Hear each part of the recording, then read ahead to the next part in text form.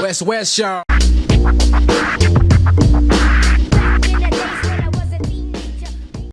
Hey, oh, sweet. Yo, man. Nah, shout out, dude. Appreciate you making giving us some time of the busy, busy year this year. For a few years for you. That's all good, man. Meant to come last time and then I got bloody sick, me and my son. Shocking. We're pure believers in timing, Eagles. Yeah. All about timing, man. When the time's right. It's been working out, eh? Yeah, man. Because, maybe since you jumped on this one, like, I haven't been looking for anybody to come on. It's just mainly this guy. But it's been good, eh? It's been a good run, eh, so far. This guy's got all the connections, man, eh? Letty. Good stories just coming out, eh? Because that's one thing I live for, eh? When I do this podcast, just hearing people's stories. Yeah, it's just so awesome, eh? Like, just getting insight and just learning and getting inspired, Yeah, 100. It's like good, like, because I listened to your guys' podcast and then, like, even things like I was telling this guy about when Dion was on, just his whole journey and, like, who he used to live with like, listening to Mickey's one and that. I didn't know he was in mental health space now. Yeah. So just hitting, because you only catch up with them and say hi, but their backstory, it's I find that's the part I like anyway. But no, it's awesome. And there's so many, man. It's like I can't it's funny because like every time it happens, like every time we get someone on, I just want more and more. Yeah. It's just like a domino effect there. Like I just can't stop it.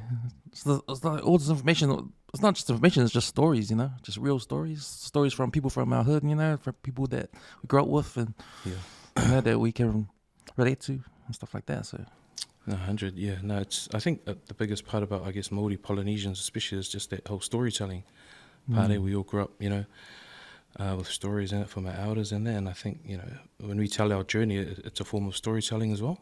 And that's the thing I love listening about, especially to your guys' podcast, just even guys that I don't know or I might have met, just listening about their journey. It's like, bro, it's awesome, man. It's real good. Are you ever listening to other podcasts and stuff? Yes and no. I used to listen to a few, but then, probably the majority of the one I listen to is just probably your guys, just because obviously of Letty's involvement. But not really. Other ones as much as I used to. I listened to a couple of footy ones in that. And so I think I listened to one, it was a while ago when Sam Fitui, because Rabbitohs, man, Yeah. So I listened to when you guys used to do that. I used to find it quite good, quite funny. Oh, you're talking about the 135 footy show? Yeah. It's the podcast about NRL. I think it's come back again. Some of the boys have jumped on and resurrected it. Yeah. Because it has been going for a while. Oh, me. But, we got some NRL fans and the amongst us that are keen to jump on and talk about their teams and that, because it was a cool sort of concept, because we're not just all just New Zealand Warriors fans. Yeah. Like all these guys, like all my mates in there, they all support different teams. Yeah, hard and it's probably come from because they followed the Winfield Cup back in the days, but yeah, exactly. Before the Warriors, and then those guys just never changed. Yeah, I'm probably one of those. I mean, I support the Broncos, but then my second team's the Warriors. Yeah. So last weekend when the Broncos lost and then the Warriors, like double whammy, man.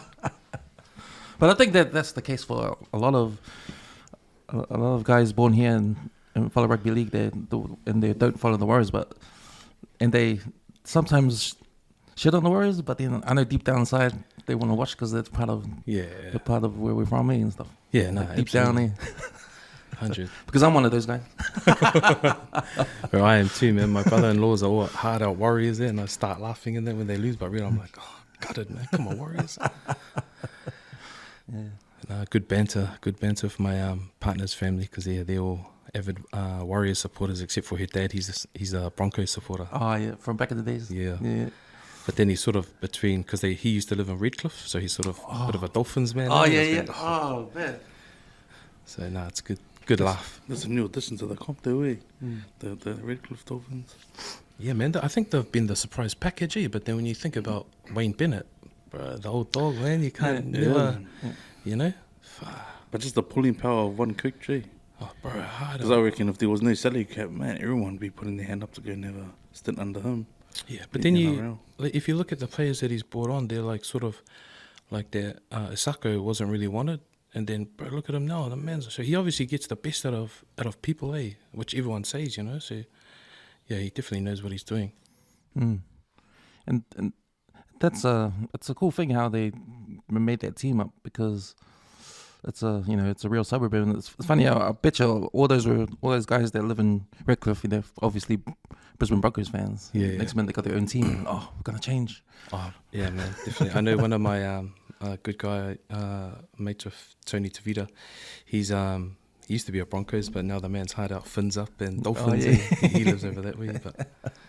It's good. I think it's good. I mean, the city's big enough, You know, Brisbane, and I think it brings that sort of tribalism to the city as well. You know, so like when they played at Suncorp, man, it was like state of origin sort of atmosphere. You know, Yeah. Especially that game that they played, the first game. Yeah. That they played, the Battle of Brisbane. Yeah. That hype, man. I saw all the hype on social media. Bro. How there was this they put this big massive Broncos jersey on the cliff face to face Redcliffe was on that day just to dig it in. I think they made their special jerseys with the city, on the Broncos. Yeah. Just going, bro, this is our city, man. But I was sweating, man, watching. I was going, oh, come on, man, don't lose to them. But it was good fun, though. That was probably the best game of that round, to be honest. Yeah.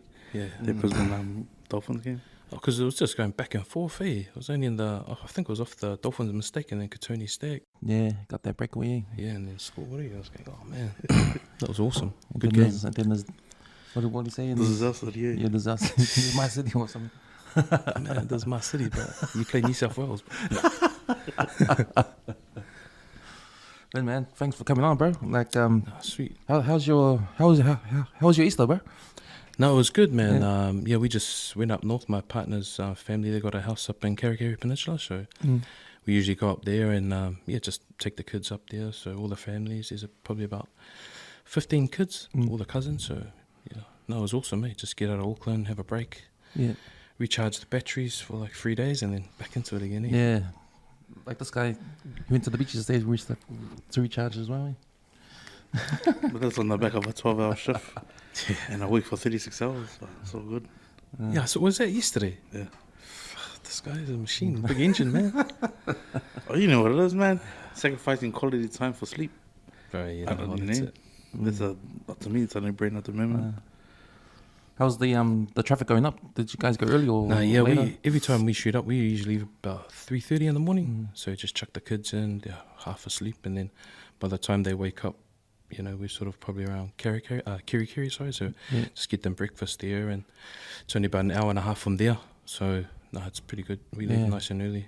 It's coming back is the issue. Oh, okay. But it is what it is. You're always going to get trapped, you know. Oh, because they're still working on the Brinderans, those slips, so you can't come back. Oh no, you can now. Oh, you can. It's open now. Oh, yeah, but it's would you want to come that way after seeing what's happened? Surely, man.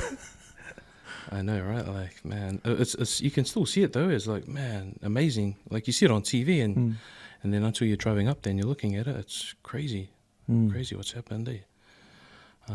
Yeah, it's unreal. I never thought I'd see anything in my lifetime, like with the floods and that. Oh yeah. That was crazy. Bro, it was crazy. Because I live next to Waitemata Rugby Club. So you know the car park when you come out. Yeah. But it was like a river. How my house didn't flood, man. Touch wood. I was so thankful because only down off Universal, but they were like, up to their shoulders. But that's why they had the that street came on the news down the bottom of Universal. Yeah. Next street over the Smith and Wongs and that street over. Because I didn't know there was a creek there at the Yeah, back. you got a catchment, but I think that's the back of is it Munro? Munro way is this the back of Waitemata older Karo? Yeah. So you got like 3 out there. Yeah, Chiefs. Because I was out of it that time. I went to get my daughter from daycare, and then I was coming back through. She's in Gleneda. I was coming back into the back way, and then you go through Henderson Valley, and then I turn right to go to back towards Henderson, and bro, it was flooded as. And then I saw Cess, because it was out by his house and that. And then when I got home, I was just texting, seeing if he was alright. He was going, yeah, no, sweet. But I saw him out there helping out heaps of people and that. But yeah, man, it was crazy. Coming over the bridge. By that big creek, and man, the water was just coming up fast. It's crazy, man. It's crazy because it happened in such a small period of time, eh? Yeah, hard. Like I remember it was raining hard. I was at work. It was raining hard all day, but then you see it on the news. Hey, it wasn't that bad. Yeah. And then you see the airport like got flooded. What? Yeah, man. Shucks, yeah. I Damn. was like, and then the whole thing with the response and that from the council, eh? Yeah. I was like, fuck. Well, they just finished their investigation. I saw in the paper. Yeah, They I blamed it saw on him. the CEO or on someone. Yeah, just around their response time and Yeah. that, eh? I saw them talking about and something about emails and that going back and forth. Mm. It's like, oh man, I'd hate to be in that role, man. You get grilled. Well, when I looked at it, it made sense to me that this was like one in how many event hasn't happened for a long time. Well, they say, like they always like say 1 in 100 year sort of flood thing and that, but I think it's probably going to change that to like 50 maybe. Because sometimes, I don't know if you guys see like, because we were going to look at buying a house in Henderson there, that river comes onto the back of it. And he was saying, he goes, oh no, this house never floods. It's, you look on the limb report, it says like 100-year thing in that. Bro, lucky we didn't buy it. The house would have been floating down the river, man. That was 100 years in 5 years' time. Yeah, hard. So I think a lot just of that information that those limb reports were sort of put on, that was when there was less infrastructure around, eh? yeah. So it's really poor. But it's crazy because like my brother and sister-in-law, their house, bro, got smashed in Muriwai. They live in Muriwai. Mm. So, that was sort of like the second family house. We were up there Christmases and that. And then, man, like, they just said that night, they just heard, like, all the lights went out and then just heard this cracking. So they all just got up, ran up to the car, drove. And they came in the morning and, like, the whole mountainside had fallen away onto the house. So they were lucky to get out. Mm. So, but they're still going, like, the struggle's real out there. They're still going through, like, they can't go into the house. So they're basically left with nothing. Mm. Managed to find a rental, which is good, and try and it's crazy because you don't realize just the little things like like lunch boxes for the kids or their school, just those real little things, because they they had nothing, so they had to basically start from scratch and try and get back into that routine of things. So it's pretty difficult for a lot of people. It is difficult, and it's because we always talk about it on the podcast, because it's important, because when it happened and the news came, it was covering everything. And then it's a week later, news doesn't cover it anymore, but it's still going. Yeah, and exactly. It's still going now. You know, Yeah. and it's people like the BBM guy. He's always Dave. yeah, Dave. He's always Dave going Latelli, to visit these people, put on social media, Yeah, and people understand. It's still going. People are their houses are like damaged and they can't go back, or they need to find a new home, or they've got no insurance. yeah, exactly. That's the big one, eh? Yeah, that's the big one, man. They didn't have insurance and stuff like that, or it's crazy. But yeah, you're right with Dave Latelli. He's always out there, just still, even in the shadows when like the media coverage is all gone. The man still, he still does a lot. He does heaps for the communities. I'm grateful that Jamie and that went on the floor, or went on the ground. Like it's one thing to do the interviews and have the field team out standing like 100 meters away from what's actually happening. But because Jamie was on the ground and she fully went into where Dave was working and just see the working bee that he had going. And then like him just sort of expressing like, man, that guy needs to resign. Drop the ball from one of the bus and just say it, say what he was feeling. And because, like I shared with the boys, like, of all the episodes that we've done on Empty Out the Clip, the episode 80 is probably the hardest one, because it was like so real. Yeah, man, it's just raw, eh? It's Because only like 4 houses down from my parents. That whole street is pretty much. Shucks. A lot of hardship, man, going on at the moment, and then obviously the cost of living. It's just like, man, when's it gonna turn around, eh? So it's pretty. The struggle's real out there for a lot of people. The cost of living thing, man, it just sneaks up on you, eh? And then it doesn't in a way. It does, but then I can handle it. I can handle it next minute. Oh, we're gonna cut that off now. Hard out, man. Like, it's crazy out there, eh? Just what's happening out there, and everything's going up, man. It's petrol, groceries. I mean, people with mortgages, the rates, man. They're going sky high and that. So, just I think a lot of people are just stop spending money that they necessarily, shouldn't be spending in places like, McDonald's or takeaways and that, just trying to, I guess, pull back on that type of spending. But yeah, it's hard out there for sure. And that's a way to bring the inflation down sometimes, eh? When you put prices up, people don't buy anything, then they have to do something to, I think, then they have to bring the prices down. because when you, going back to COVID, right? So, the economy sort of was stagnant. Like, there was no spending because obviously we couldn't go out, shops weren't open, and then they sort of encourage everyone to spend, spend local and that. And then now it's like they're trying to stop us from spending, So it's just like, well, we did what you said, and now you're telling us not to, and now we're getting, kicked in the ass for it. So I guess it's that balancing act there. But yeah, it's something that I could never sort of make the calls on that. Be a pretty difficult job. I saw you guys shared a post.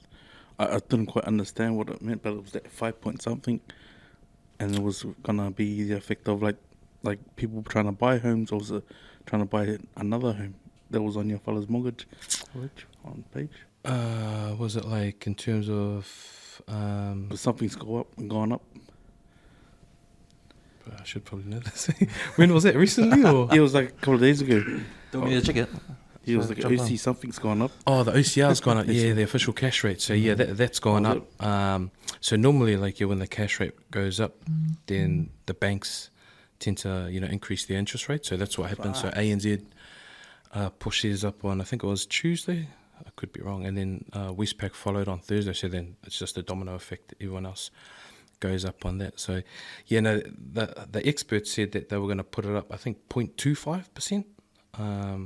But they went up to 0.5. So yeah, they're trying to, well, I think maybe just try and get us into a recession, so everything sort of drops back down. I mean, yeah, I'm not an expert in the area, but yeah, it's gone up a lot higher than what the experts thought. So that's once again hits everyone in the pocket. So what causes the banks to raise that? Is it the government?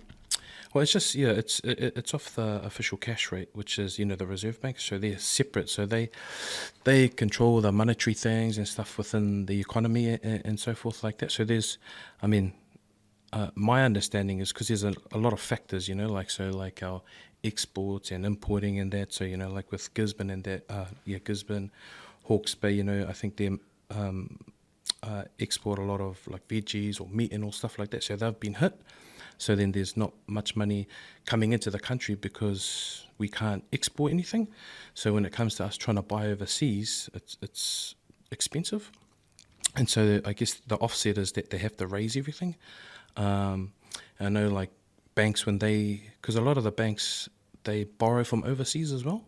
So when they borrow overseas, they've got because that's a form of loan as well. So if whatever happens, say in America, and they increase I think they're called the wholesale rates, then it affects the main bank. So then they have to offset that by raising the rates as well over here for like consumers in that, homeowners.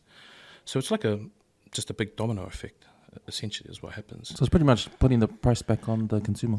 Yeah, so at the end of the day, it's always us that the consumers that always have to pay for it. The big corporates, they're there to make money, man. They make millions, and so that's how they, in a roundabout way, how it works, essentially, yeah. And that's the sort of thing that's always in the background, eh? That, has been a Pacific Islander, like when it comes to that sort of thing, like money and that, it's something we probably, in general, don't really understand to get. Yeah, I think I know sort of in the mortgage space that I'm in is like, because we deal with everyone, but we do deal with a lot of Maori Polynesian families, so we just share our stories with them that makes them feel comfortable. Like, we never spoke about money in our house, it just wasn't a thing, around the dinner table we didn't speak about money and stuff like that. That was always our parents' thing. So we just get out there and just have open conversations with them, get them to understand, because a lot of them, I've had a lot of friends, families that, they're housing New Zealand, renting for years, and they could have bought the house 10 times over, And it's not until we just have those discussions and just explain where they understand, that they've managed to buy the house, So it just starts, I think, just having conversations on what it looks like.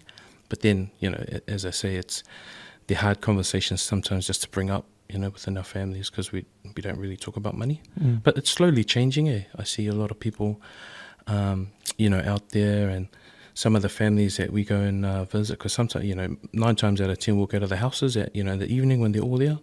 And yeah, it's good because they feel comfortable. So I know, they ask questions that I know that they wouldn't even go to a bank and ask that question. So it's good in that respect. Yeah, that's good, man. That sounds real comfortable too. Like to be able to inside your own home. Yeah, It's and like, oh man. that's the biggest thing is like, it's I mean, like the best thing is like when you get like a young family who thought they'd never own a house, and then when they purchase a house, we go over on settlement day or a couple of days after and just take a package in that. And then, the biggest thing is when the kids come and go, oh, come and look at my room. This is my own room now. Like, this is our house. And it's those little things that pull on your, like your heartstrings in there. And, it's, it's better than the feeling I feel anyway. Like, I just love that feeling, just seeing the kids, having their own room, and the parents just proud, like, yeah, this is our house, kids, we own it, and so, I guess that's, or my why, or my passion, is doing that. Sometimes we have families with us for 6 months, 12 months, 18 months, 2 years even, but we're on that journey with them and we guide them through it. So, it's awesome when we get a good outcome like that. It's cool how you found sort of like a niche to get the families that, like you said, like, yeah, we spend years in rental properties, just spending rent, and just not knowing that, wait, we can actually, you can actually pay for a mortgage with this kind of rent, And 100%. How'd you find that? Just by talking to different families in the beginning, and how did you know to like actually, we can actually change this? We can actually. I guess because my background is banking, so after school I went over to the UK for 6 months, and then, that was my plan, and then I ended up there for about, I think it was about 6-7 years.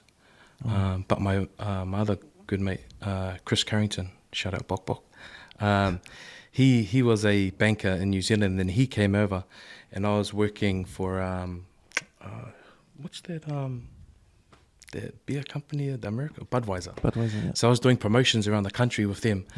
But then I was just sick of like traveling all the time and that. Like, it was good. And then he goes, oh, bro, just come jump into banking in that. So basically got into banking there, and then after a long time away from home, thought I'd better come home and sort of grow up, Yeah. And then one of my best mates, Renati, he was at ASB Bank, and then he was like, oh, man, you should come work at ASB, because, they're a real good bank. So, got into banking there, and I was there for about, I think about 12 years, and just worked my way up to manager in that, and then went to BNZ. But in that duration, when I came back, I would have like conversations with people in that, and just ask them, how come you guys don't buy a house? Because they would come and, a lot of them would pay their rent manually, so they'll be paying like $550, $600 a week on rent. And that's when the rates were low and the houses went high. Yeah. And I just always ask the question, and they're like, oh, no, we can't, because, no one chose us in that. And then I would always go, oh, why don't you just come in and have a conversation? But at the time, like a lot of the bankers, they were sort of, there wasn't many polys in there or Māoris, so they were like, oh, no, it's all right. Or they'll go do those ones. Oh, yeah, no, sweet, just book in a time. And then they'll never turn up. And then it wasn't, I guess, till when I became a branch manager, I sort of focused on getting the best people into my branch, but brown faces, because those were predominantly our clients in West Auckland. And then they felt comfortable, in coming into the office. Because, when they come into office, you close the door and it's just them and the banker. It's just like, oh, man, it can be quite intimidating. So I just found that, people were ready, or they could be taught how to buy a house. Because a lot of it was, they'll just go and buy a car and tick it up, and so they'd have big debt. But if you just showed them, if they worked to repay that and then put a bit of money aside to grow, and then as well, even heaps of people don't even understand you can use KiwiSaver, so it's just teaching them or upskilling them around what they can use. And because a lot of people, they'd sign up to KiwiSaver and I'd go, oh, so who's your KiwiSaver with? And they're like, oh, I don't even know. And they're like, oh, do you know what it's for? And they go, oh, I think so. They go, what is it for? And they go, oh, can you get it when you retire or something? Or you can get it to like, if you're in financial difficulty. And like, yeah, it's those things, but it also helped towards your first house. So just through conversation is basically how I found that there's definitely a niche in the market to help our people and that. And at that time, were you thinking the bank you're working for was BNZ at that time, or ISB? I was through both, my whole journey. Yeah. Did you think like the banks didn't like cater for that? Yeah, no, definitely 100% they did, because back then it was very sales focused. So everyone had KPIs. So am I going to spend time trying to help this family when I can go and get someone else get a mortgage, and then that goes to my bonus, you know? Because it used to be, it was all real sales driven. And so, you know, you had things that you had to, KPIs you had to meet, you had to cross-sell other products and stuff like that. So, you know, sometimes when I look back at it, you know, it was like I was grateful for my time and I learned a lot of things, but it was also, you could look at it as quite a toxic environment. And that's why they've changed it all. They got away, they've, you know, removed all that sales stuff. Because sometimes people were just selling for the sake of selling, and, you know, the client probably didn't really need it. So, yeah, it's definitely cleaned up its act around that. And I think I mean, I haven't been in the banks for like 4 years, but I know they go out and do community stuff. Me and a few other managers, when we were at BNZ, we used to go out to the community stuff. Some of them used to go to the Avondale Flea Market on Sundays and that, and just take BNZ banners out and have conversations. But the biggest thing was that follow-up piece, you know, like people were keen to find out, but you can't have a conversation at the flea market with 10 other people, right. You know, they're not going to tell you. So the biggest thing was, that follow-up piece. So that's why I think we've been, you know, sort of touch with doing well, because we're agile. We just go to the house at night time and stuff like that, you know. Whereas when you're in the bank, it's a 9 to 5, and, you know, people won't necessarily want to go to their houses later on in the evening. I like that you guys have targeted the workplaces as well, eh? Yeah, no, Man, to me, like, if anyone was wanting to feel like they want to be homeowners, when it walks through your workplace, and especially in your fellows' lunchroom, like that's something to strive for, to actually show up and go to work, hey, not piss around and take days off and stuff. Like, 100. Whose concept was that? Because, bro, when I got a hold of you one time and you said that you had gone down the line and it was and stuff. We just thought, you know, how can we sort of be a bit smarter, you know, and get in front of the audiences, just to, like, we don't go to sell anything. We just go there to help, you know, just have conversations. So we keep it just short, sharp. We, you know, we come put on a feed for everyone. So it's probably only about 45 minutes long that we do our thing. But sometimes it's gone for nearly 2 hours, because there's just so much engagement and there's so many questions. And, you know, we've had managers that have come out and go, man, we never see those guys ever talk like that. So it's good to see stuff like that. You know, and it's good for us, because it shows that we're on the right path. There's still, you know, things obviously that we're trying to do to be even better. But it's just getting in front of the audiences. So, you know, what better way than going into a workplace and say, hey, you know, this is what we do. We'll come and put on a feed. You know, and 9 times out of 10, you know, when your staff leave the workplace, you don't know what's happening at home. You know, so it's sort of helping them in terms of that financial aspect as well, on you know, even just how to be good with their money. You know, some of them might go, oh, we don't want to buy a house, but, you know, we've got all this debt. What can we do, you know? So, that's sort of just how we came up with it. Just trying to get in front of the audiences and just have those conversations. That's what it comes back to, just having open conversations. You know, your idea of that, and you working at the bank, and when was the first thought in your head to start your own business? Like with what you're doing now, how did that start, and how did that? But I'll be honest, I probably would never have done it if it wasn't for Millsy, because I mean, the way I saw it, like I was comfortable and I was happy, but then he was sort of like he was just like, oh bro, why don't we just, you know, go out and do something? And then I was like, oh, you know, obviously with having his face as the front of it, then I was sort of confident in terms of, if we're going to do it, then, you be the face and I'll just be in the back doing the mortgages and then teaching him, because I had to teach him for 6 months before he could write. So I think it was just that, and I think the excitement of doing it with your mate as well, being on a journey, and just learning on the way, because it's totally different. Because, I could have stayed at the bank, I was earning good money there, but then I was just comfortable, and then it was to the point where I was just going to work, doing my work, and then coming home.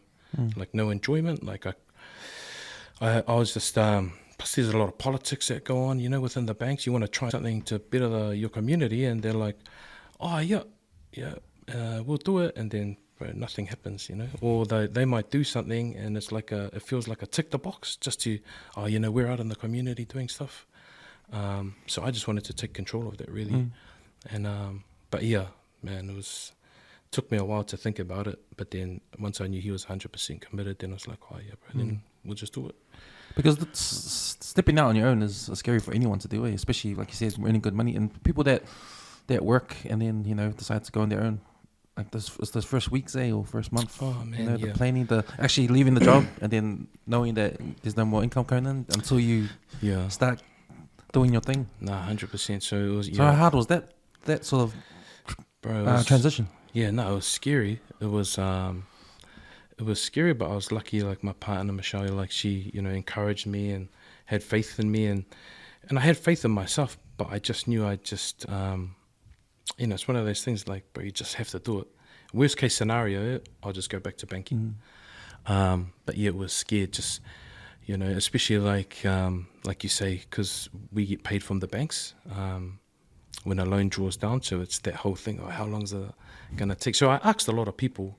Like, I didn't just wake up one day and said, let's do it. So I spoke to other advisors that I knew, and and they were like, oh man, we're surprised you haven't done it already, stuff like that. And I was like, oh man, bro, too scared, man. So it was just taking that leap of faith, and just, it's either now or never. And I didn't want to not do it and then think like today going, oh man, I should have gone out and done it. So, we've been quite fortunate, but it's been hard work, but at the same time, it's more satisfying when you know that, the work you've put in, this is the outcome, But yeah, definitely scary, man. Crazy. It's still scary now sometimes, like just that, but just having that faith that, man, bro, we're doing good. We're on the right track. Because eventually it'd be good to get our company real big and real humming, and that get a few more people on and stuff like that. But at the moment, we're just happy, just take our time, man. Like, it's not a sprint, we're not competing with anyone else, even though in the industry, a lot of them do compete. Like, it's always funny. We always see an advisor like, bro, how you going? You guys busy? Like, oh man, we're so busy. We're like, stop telling lies. That's what I mean. It's good when you're with your mate. You just have those laugh ones. You crack up, man. Shucks. That's cool, man. Yeah, no, it's I love it. I'm real passionate about it. So, and that's another thing that drives me as well. So is your business model based on your experience working at the banks and just bringing that across and putting your own like sort of flavor to it? Yeah, it's like, to be honest, bro, we just learn on the fly. Like, okay, what do we want it to look like? And it's just, we want it to be like a safe environment where people can just openly come and ask us questions. We want them to be comfortable. Sometimes they get phone calls at 9:00 at night, and it's just answering, just little things like that, and making them feel comfortable. And then it's just sort of evolved from that, like we've done things, we're like, oh bro, that's probably not working, let's try and change it up or try something different. So I think it's just open. And bro, the thing I like about us is we always ask the people we deal with, or even when we go to companies, like, what can we do better? What can we do different? So, we got, I think the harshest critics, it's hard to hear when they say, oh, you guys weren't good at that. But at the same time, it's because that's where you get the growth, right? Because if no one tells you that, then you keep doing it, then you lose that engagement. So it's good that, not that anyone says, oh no, you guys are hopeless at that. It's just go, oh yeah, we would have liked to know more about, something else. We're like, oh okay, no, that's good to know. So it's just, I guess putting yourself out there and asking for feedback and stuff like that. Yeah. Because then that's how you learn, right? Because if no one, like I said, going back to if you keep doing something and then there's no engagement, but people don't tell you, then but you don't know, right? And you think you're like, oh yeah, man, look, they love it, man. That's the worstest one, especially when it's around beverages, eh? But I heard you guys are. Right, so yeah, it's I guess it's like that. No, you're right, man. That feedback is important, eh? Like good and bad. Yeah. Because man, I had a podcast yesterday and we were talking about that topic, and the guy sitting across me was saying, "Man, never listen to your family, because they always say it's good. Yeah, you don't want to listen. You don't want to ask your family anything." Yeah. Nah, yeah, it's. I mean, yeah, that's where I find the biggest growth, like for us, and if we're on the right track. And sometimes we will just leave like a little pamphlet note, just tell us what we can do and just chuck it on the board. And then at the end of it, we'll go back and we'll just read them all and just put them in places what we're doing.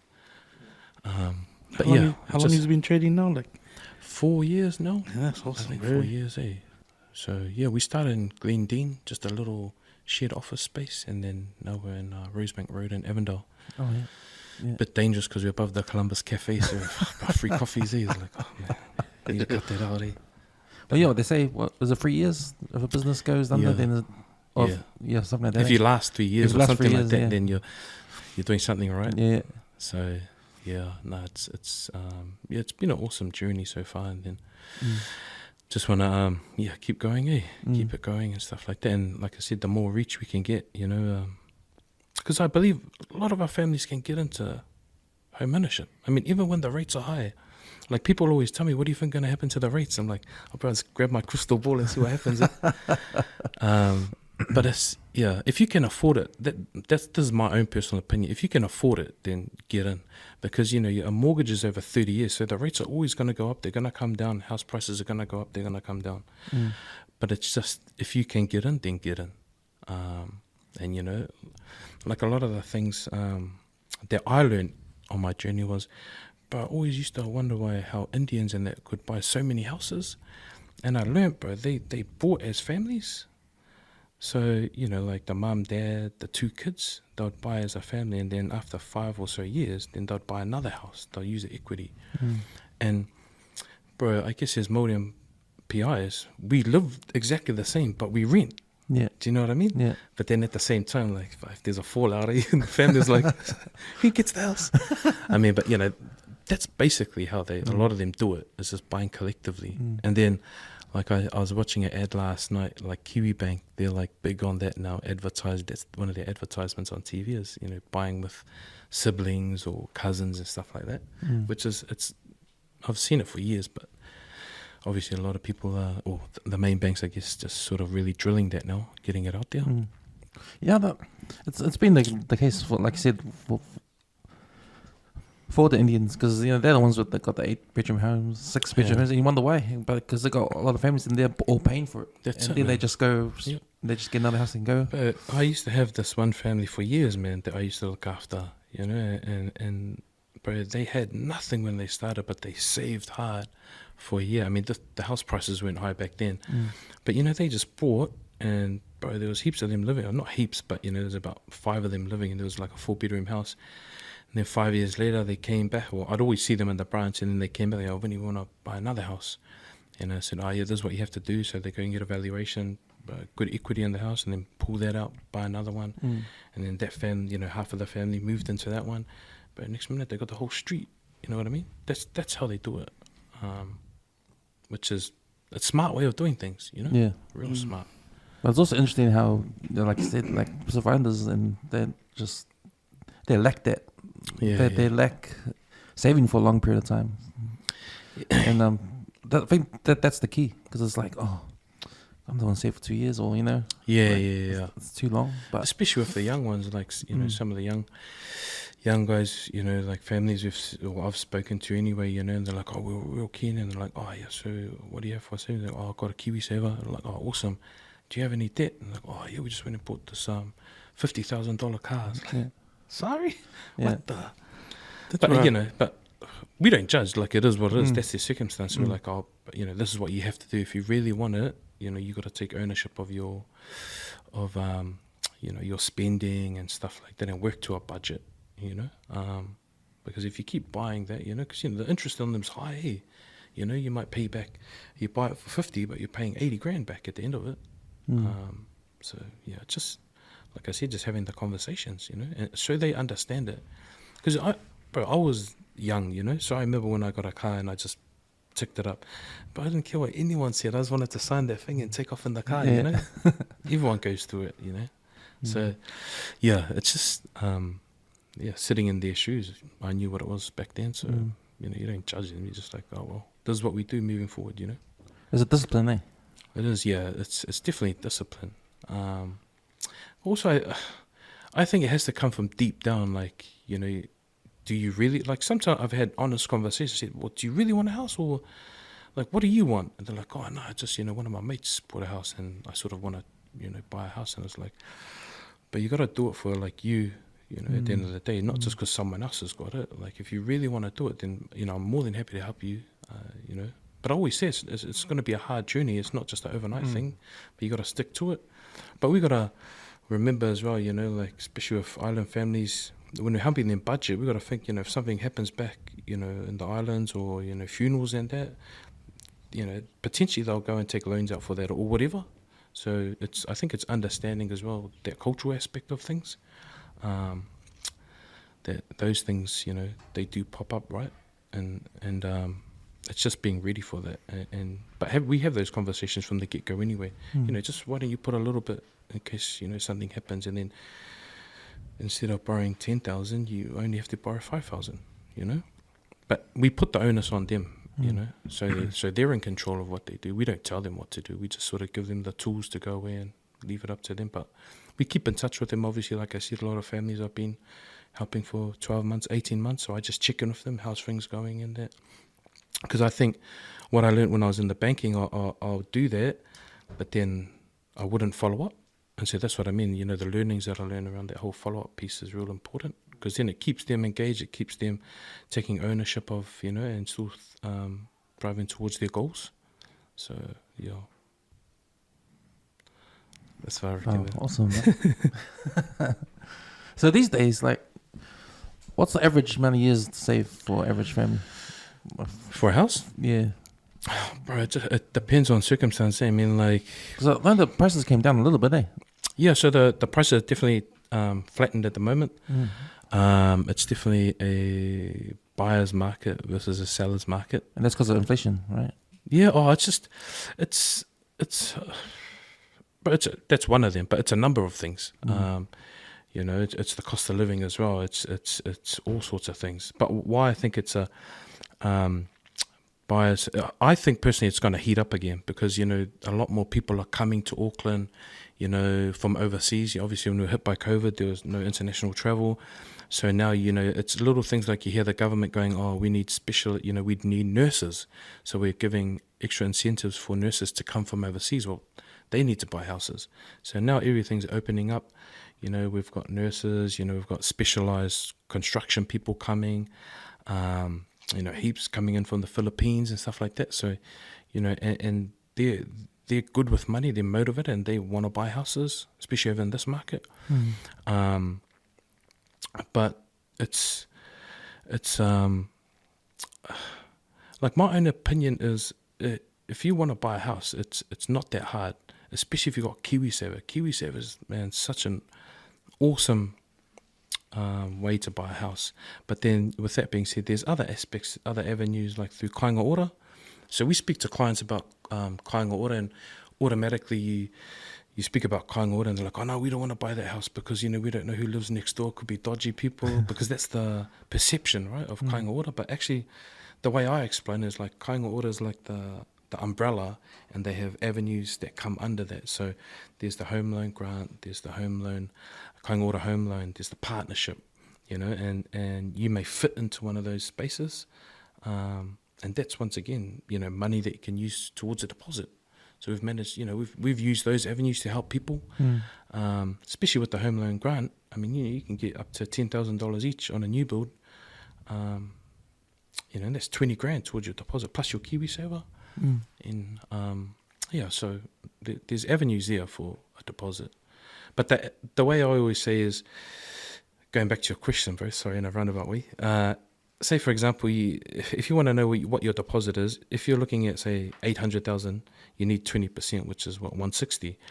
But you can have 10%, but you can only go to your bank. So if you're at Westpac, you can only go to Westpac.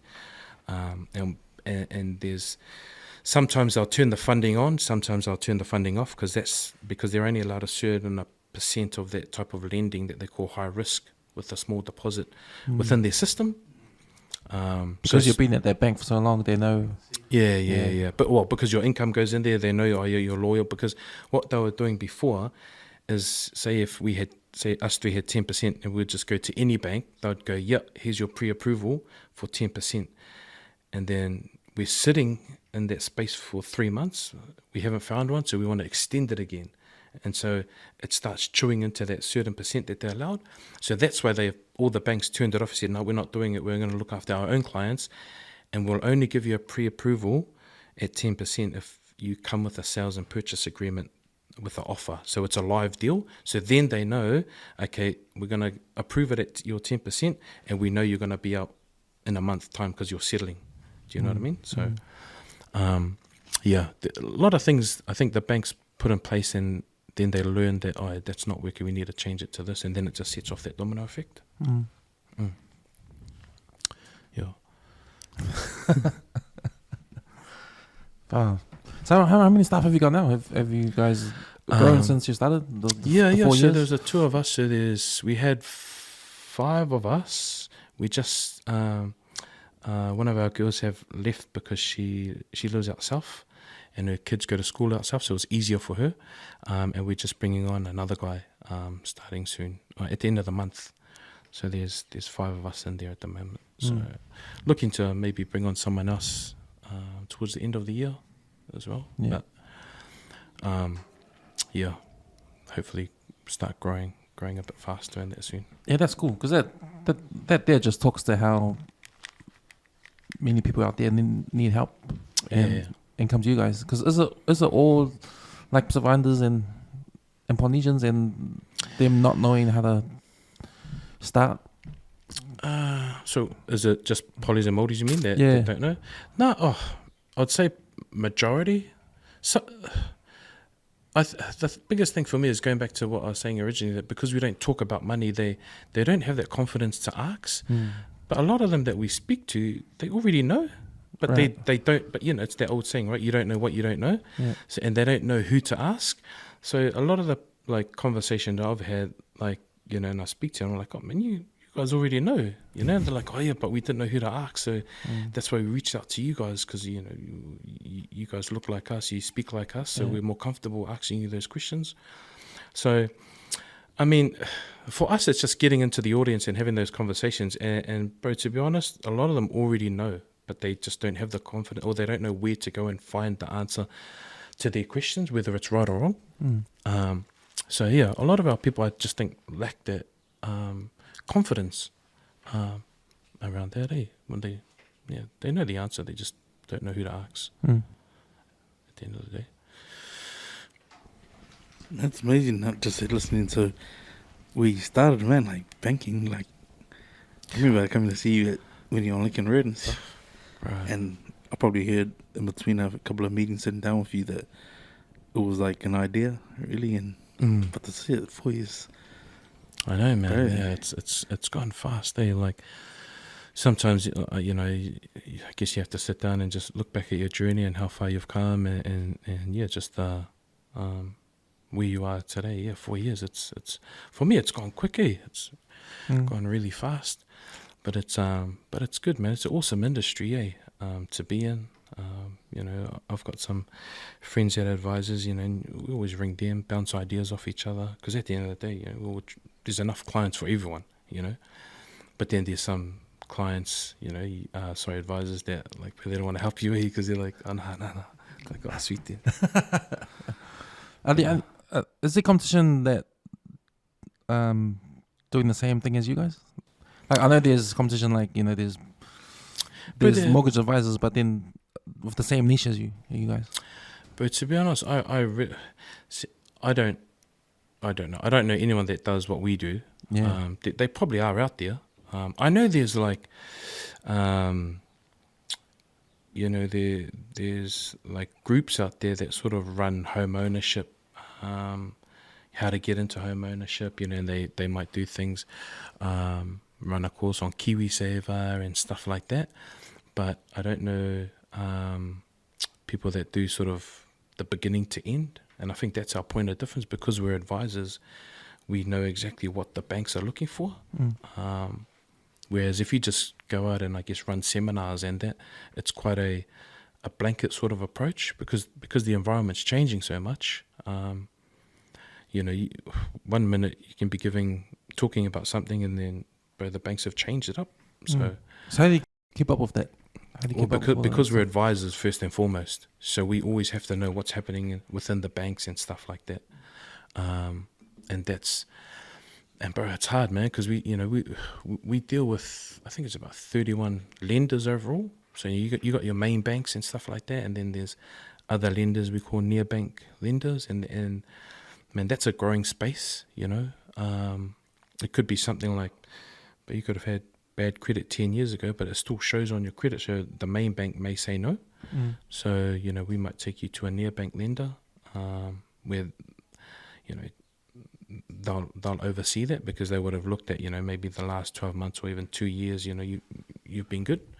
Are those near bank lenders? Are they like instant finance and all those? No. people? So it's like Bluestone, Resimac, what else? There's Liberty, Avanti, and the reason why they're not a bank is because they don't have bank accounts. They just specifically deal in home loans, or commercial loans or something like that. But there's a massive niche for that market, and it's growing. It's growing big time. Oh, man. true. Because I've never heard of those companies. But are they like just only for people with bad credit? Like No, they could be for a number of reasons, like heaps of things. Like say for example, so if you go to the bank, and this is the biggest mistake I've seen when I've gone to meet a family. They'll go and they go, "Oh, we did the repayments. These are the repayments. This is what it says we can borrow," because you use the advertised rates. But what they don't realize is the banks use a stress test.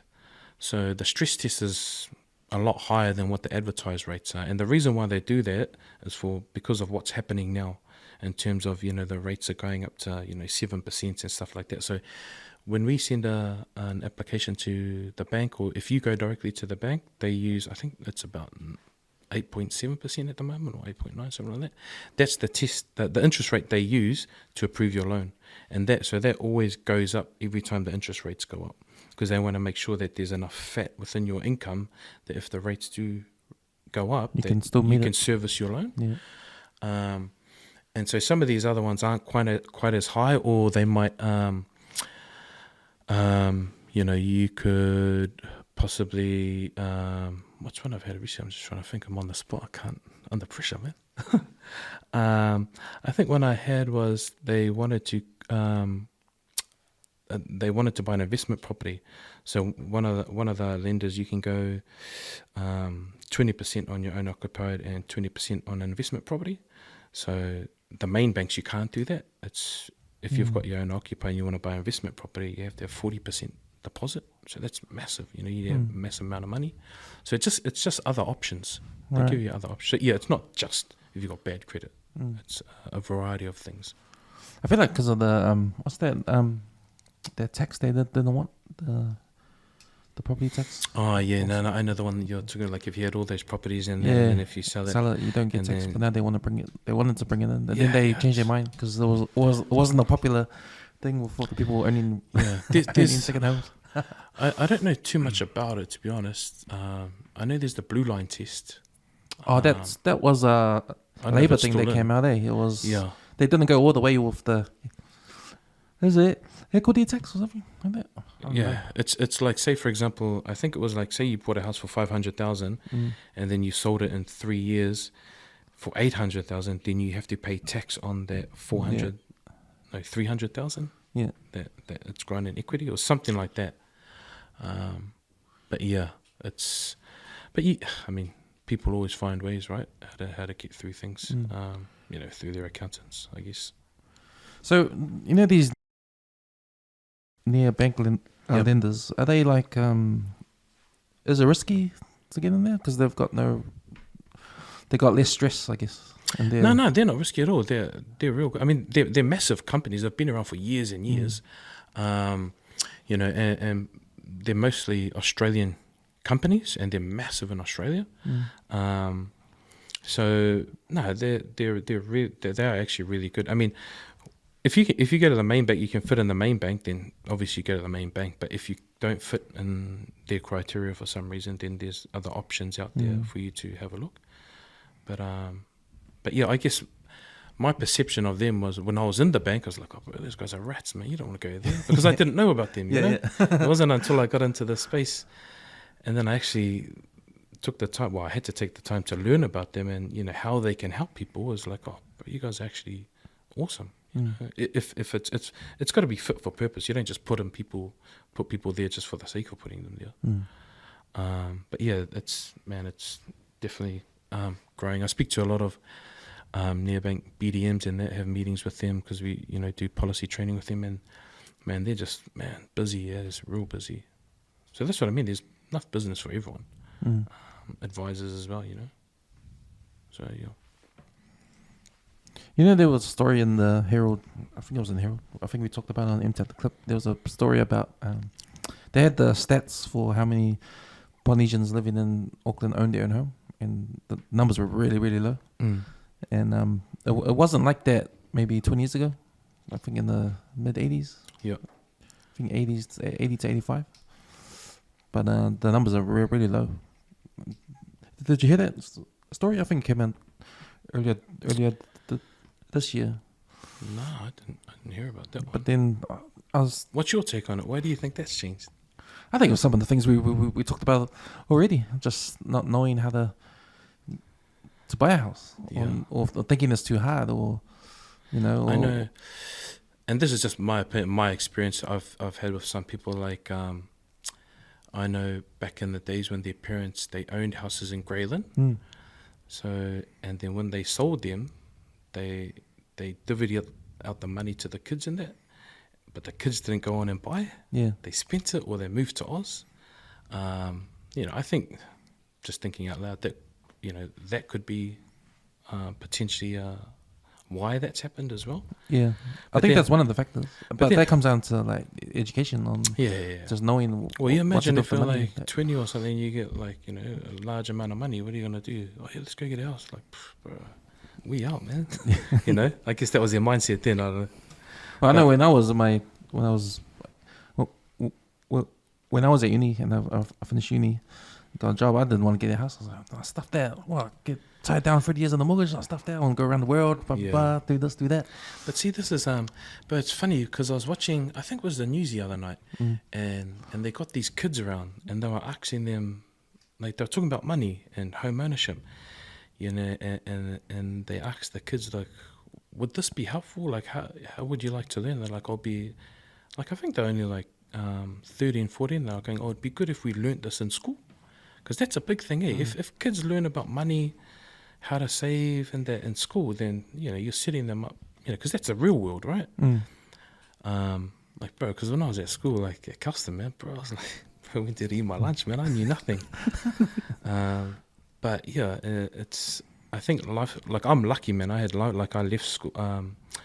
I went to the UK and I got taught life schools, like, bro, I was a mummy's boy, like, everything was done for me when I was over there. Like, oh, bro, I've got to do my own washing now. And so I was lucky my mate Chris came over, man, because he cooked our dinners. Yeah. But, for me, life skills, no one can teach you that. So when I always used to have conversations with my staff. They'd go, oh, Vinny, we want to, go to England, do, travel around Europe and that for a year or two. So I'd always say, I said, look, go, I'll leave your position open for 12 months, but I guarantee you won't come back. Bro, none of them came back. Yeah. They stayed the whole 2 years, eh? And I think, I'm just a big believer in life skills, and I think traveling the world, I believe makes you a better person because you being by myself, I was learning other cultures, meeting other people from other countries, and like a little thing, like when I was over in Seoul one time, and bro, and I was going through the airport, and bro, everyone was pushing me out of the way, all people in there. And when I used to be here in New Zealand, I'd be like, bro, fucking these bastards pushing me out of the way. But then I realised that's the environment they grew up in. So, but if you don't do that, bro, you get left behind. You know, and it was, and I wouldn't have known that unless I travelled to these parts of the world. That's their mindset. They're not rude. That's just how they are. Is how they grew up. They're getting it, Bro, they're just out there getting. There's only 100 seats, man. Like, bro, exactly. You know. Yeah. But if I hadn't left, then I'd still be in that mindset of like, bro, bloody bastards pushing me around in there. Yeah. So that's always. I mean, yeah, my opinion is. Traveling the world just it opens your life to things, you know. I remember when I left Auckland, man, bro, I never saw anyone sleeping on the streets. And then when I was in London, bro, I was just amazed at it, you know. Well, not amazed, I was just like sad. I was like, bro, there's people sleeping everywhere. And then, bro, when I came back here, I started seeing it here. I was going, fuck, what's going on in this country, man? It's sad to see. Yeah, I think going on your OE is really important, eh? Like, especially because it's a Kiwi thing, but it's not like a Polynesian thing. Yeah, you know? Because our OE is just going back to Samoa and coming back, or going back to Ireland and come back, you know.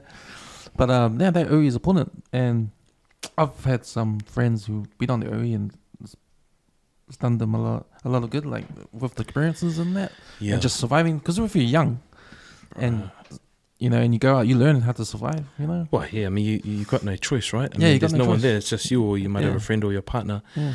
But I remember I was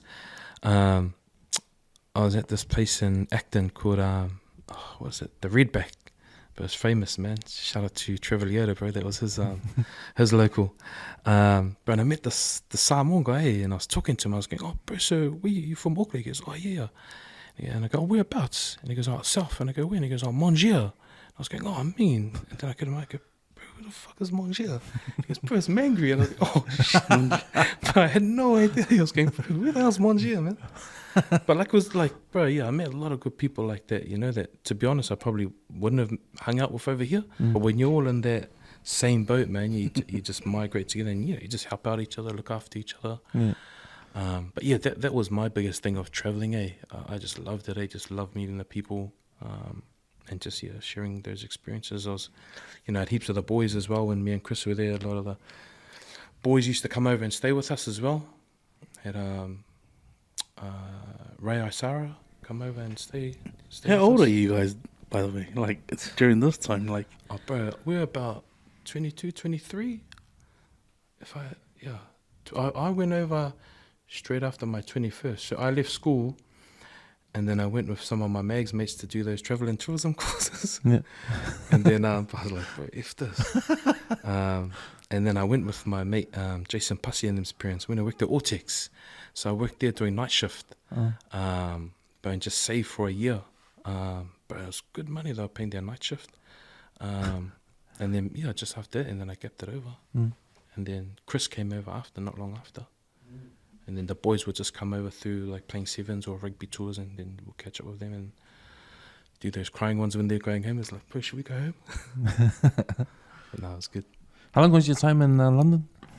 It was like 6 years in total, 6 or 7 years, Shucks. Because how does it work? Because it's different now, the visas now is different, Oh, no, because my dad's Irish. Oh, yeah. Okay. So I got an Irish passport. So, bro, it's just, I was real fortunate, That's the only sad thing, like, you'd have people come over who are only on 2-year visas, and then they go, and then sort of new friends come in. Yeah. But then Chris was on he was on I think it was his granddad or something. So if he stayed there for a certain amount of time, I think he could apply for a passport, I think, something like that. But yeah, I was lucky I got an Irish passport, so opens up Europe and that, So that's why I could travel quite freely. And yeah, it was good opportunities. Man, you sound like you're winning, bro. No, straight up, man. Because I knew when we've sat down and we've shared the let's talk questions about life, and I probably remembered you saying, like, just being able to stretch your wings and move into something that you've wanted to do but never did it. And I remember you saying procrastinating was like one of those things that you had to sort of get over. But like, now you're 4 years in, the kids are growing, and like that's that thing. Like, you know, I always see you at family stuff, like the kid stuff, Yeah. and it's like, man, trying to fit all your family time into what you're doing, like running the business and stuff, but making time for yourself. Like, are you finding that you can do that? Yeah, I think sometimes I haven't got it right, you know. I'm still trying to balance everything, you know, because I guess, you know, like with your sacrifice about do I go to sleep or do I take my kids, you know, I'm still trying to find my balance here as well, you know. Sometimes I'm like, you know, if I've got to work a couple of hours at night, then I might finish during the day early just so I can pick the kids up from school, just, you know, trying to balance that up. I mean, I haven't got it down packed yet, but, you know, still learning how to do it. But I think for me, it's having time for myself is just being at home with my partner and kids, watching them argue and fighting. You know, I'm just sitting there going, but I think it's, yeah, what you do, Lichi, just being with your family, you know, and being present as well. You know, that sort of gets me going. And then sort of, you know, you got to have that, I guess, catching up with the boys and that as well, you know, having a laugh. I mean, we don't really go out, too old to go out now. We just might go over to someone's house and have a barbie or something, and just our partners sit there and go roll their eyes because they go, these guys still think they're at Kelston. We've heard the story like 20 times. Man, hey, I wish I could ask we Cheryl love if that story has changed. Like, that's what I found. Like, yeah, like, you can always have the boys from like school way. What I have found is like over the years, like I'm 22 years out of school, but what I have found is that like the endings to certain stories, like I didn't know that happened at the end, or that I didn't know that's why that happened. Yeah. Like, have you found that catching up with some of the boys that Oh, the yeah. real reason of why that happened? Or Yeah, heaps of times, man. Or sometimes it's like, you know, one of the boys will be telling a story and like we've heard the story, but then he's added a bit of GST onto it, eh? Just because, you know, one of the other boys might have been overseas and now he's here, he is like, but bro, we still crack up. But all of our partners, they're just, man, you guys still hang out.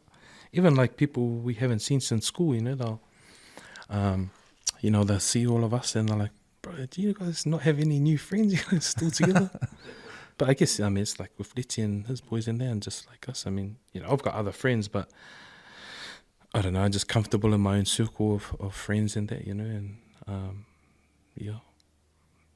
because I think it's cool that, you know, because we always see Muzi on the TV and stuff. But then when I'm seeing him, like, with your fellas, ads that pop up and stuff, it's like, God, the boys. You know, because in my head, that's all I still see. Like, you guys sitting under a tree or something at school. I like to see he's in the business world and, like, seeing him on TV and that and catching up with you for, like, breakfast or something. It's like, man, it's so cool.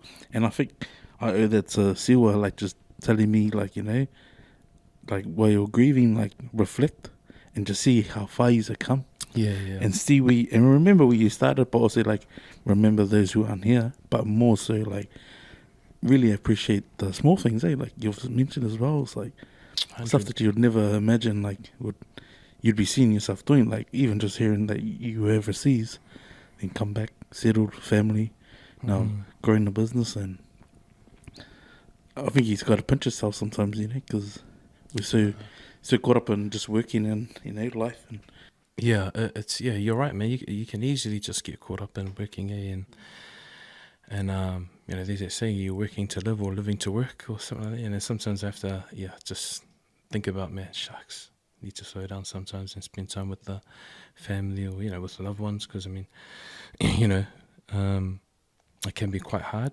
but it's like, I'm thankful as well that I've got good mates like you mentioned, Sosh. You know, Sosh is, man, he's one of those wise guys, and you can always talk to him about anything, and you know, he'll always give an honest answer to you. And then, you know, he might tease you later on, but nah, he's not. But I'm just lucky I've got good mates like that, you know, like I said, Johnny T, Nick Buckley. Shout out to our old Nico. John Daly over in Brisbane.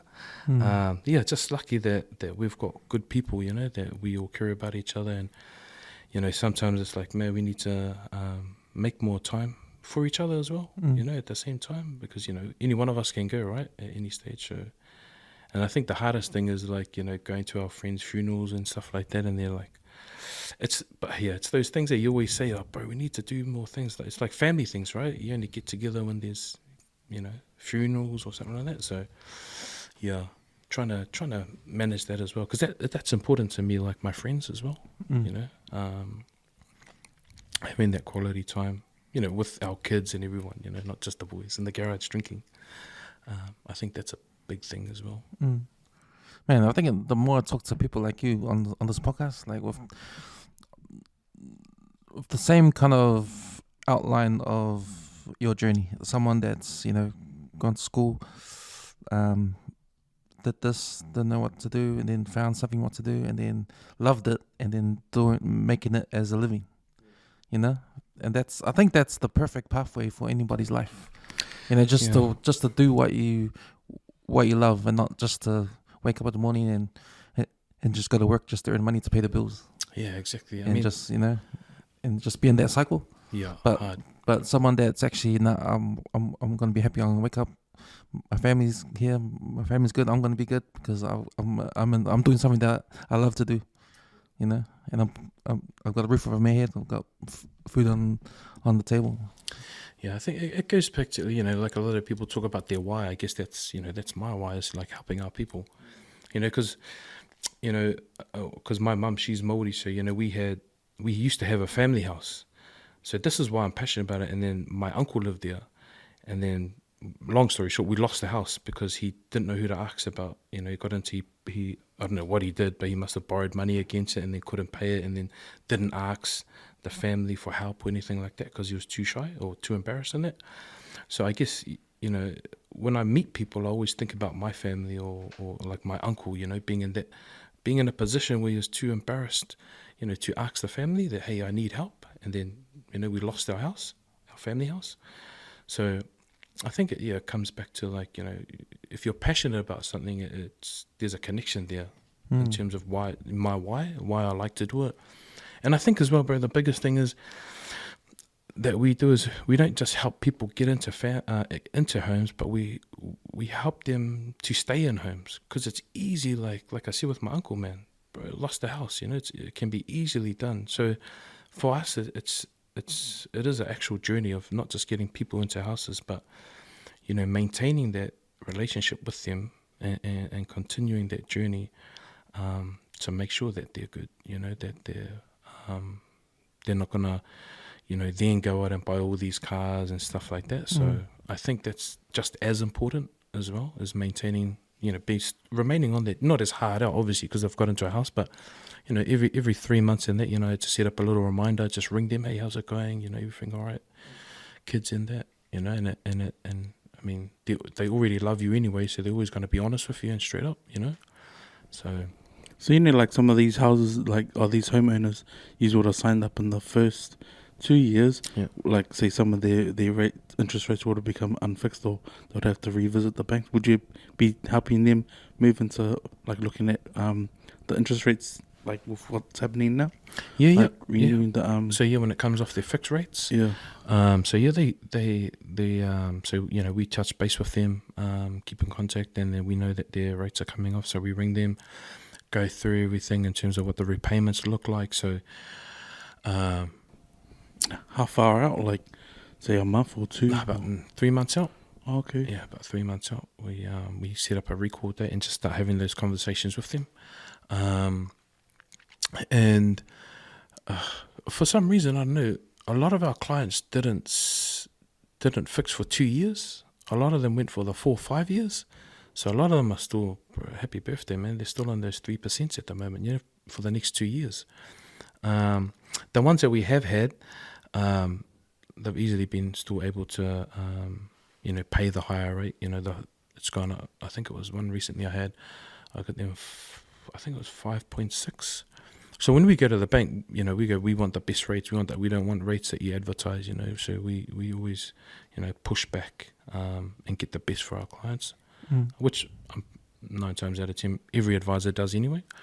So we make sure that we get good rates for them and so forth like that, and have that whole conversation.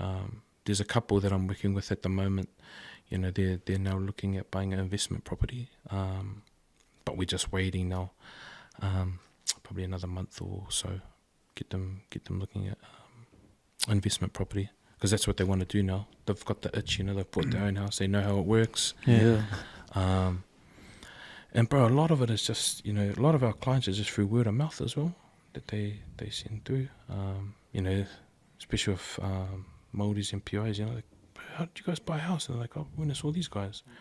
But at the same time, bro, there's a lot of sharks out there, man, that rip our people off. Like, bro, it was like we went and saw this family in Otara, and they were talking to us, and they're like, oh yeah, we saw this mortgage advisor, and then he said that if we, because you get a pre-approval for 3 months, and he goes, yeah, if you want me to extend it again, then when I get you a house, you'll get a cashback. You have to give me part of that. And they were like, hey, what the hell? But bro, I mean, there's sharks out there that and then when we told them, we're like, nah, all we do is just send an email. They were like looking at each other going, bro, lucky we didn't go with that guy. So, I mean, I guess it's in every industry, there's sharks out there, But it is sad sometimes just hearing some of their stories and that, and you're just like, man, crazy what people try to do just to make money, it's like out the gate. I believe in good things, if you're good to people, it will come back. Yeah, 100, So, bro, 100. That's why I think, we're lucky, because, their inner circles are like, how'd you buy a house? And like, oh, go and see these guys, and then we help them as well. So it's good. Awesome. Well, what's your view on like the fixed interest rate and then unfixed and all that kind of stuff? Oh, just risk it. But if you're on good money, then I would say fix probably 80 or 90% of your mortgage, leave the rest on floating. So say if you get a bonus, and your minimum bonus every 3 months is like, I don't know, 20 grand, well then put that 20 grand on the floating bit, and then it reduces your loan a lot faster. And then after the year, say if you fix this one for say 2 years, after you've you've got 2 years to repay the floating, because you keep getting lump sums, so you close it off. And then if it's working well, then it depends on your situation. If your bonuses or whatever have increased, then we can take a larger portion of this, put it on floating, and then pay that down. But you've got to be good with the money, because 9 times out of 10 you can still access that money that you're putting in there. So like ASB, they call it an orbit facility, it's just a large overdraft. So you've had an overdraft? Yeah. So it's just like that, exactly the same. Where you can pay it off, but then it's still there. You can still go and buy it, use it again, Oh, right. So you've got to be good in that respect. But yeah, if used correctly, bro, amazing, because you can pay your mortgage off a lot faster. You know what I mean? But you've got to have that income, that high income, where you can afford to do that. Because the last thing, obviously, at the moment, I mean, the floating rate is a lot higher than what the fixed are at the moment. So you don't want to have a 50,000 overdraft facility and you're just putting in 100 a week. It's like, he told you to do that, man. Yeah. So they can be good, but it comes back to sort of what I said before. It's fit for purpose, If you've got the uncommitted income that you can do that, then I recommend doing it, because, as I said, it repays. You're paying less interest over that period of time. I wonder if it's, we're just talking about this now, I wonder if it's, how we're talking about how polys are not really into this sort of stuff, and it must be the fear or just the mentality about saving. I wonder if it's like another thing would be like just scared to be transparent or how much you earn. I wonder if is that a big deal? Do you think? No. Oh, I reckon New Zealanders are normal for it though. So I met a American guy, someone, and he's an investor. He has a few businesses, but he just asked out loud, like, "Oh man, do you mind if I ask? But like, how much you earn a year?" And then I sort of saw it like, "Oh wow, like that's an American thing," because it's not just him. I've heard it from other guys that come from the States. Yeah. Like they go, "Oh, what sort of work you do? Construction." Oh, so you'd be on like this base salary, Yeah. But that's more, I think, more of a interest in, oh man, you could maybe become an investor with what you earn, sort of thing. You know. Yeah, I think it's just a different mindset. You know what I mean? Like, I mean, I could be wrong. Did you, at your house when you grew up, did you guys talk about money? No. Like, yeah, Yeah, just how much needs to be in my bank account I'll just for the rent. tell TV is like you're wasting the power. The only time I talk about money when I started working is like, hey, where's your board money? Sorry. But I just think it's a mind shift thing. I mean, I could be totally. There could be other people that think different, but just in terms of the people I've spoken to, or just through my experiences, you know, even to the point where I've spoken to my friends. I mean, I felt uncomfortable speaking to my friends' parents to get them into a mortgage. Going, oh, how much do you guys? I need to know how much you earn. That's what I'm talking about. You know what I mean? That little, do money for jump, you know, that kind of thing. But I guess it's a mindset thing, because that's my perception. But then they just openly tell me. Yeah. But then I don't want to be rude. You know. Yeah. I guess I think it just comes. We just have to have that change of mindset. You know, at the end of the day, I mean, we all know people earn money. I mean, it doesn't really matter what we earn. I mean, I personally, my opinion, no. But yeah, I guess some people just don't want to. You know, I think as individuals, people got to get that out of their head. Like, oh, you earn, or like assume people earn good money, or like, you know, assume that a certain amount is good enough to say it's good money. Because I get a bit tired hearing like people go, bro, that guy's on good money, man. He should be able to do this. It's like, bro, just worry about what's happening in your life, man. Far out.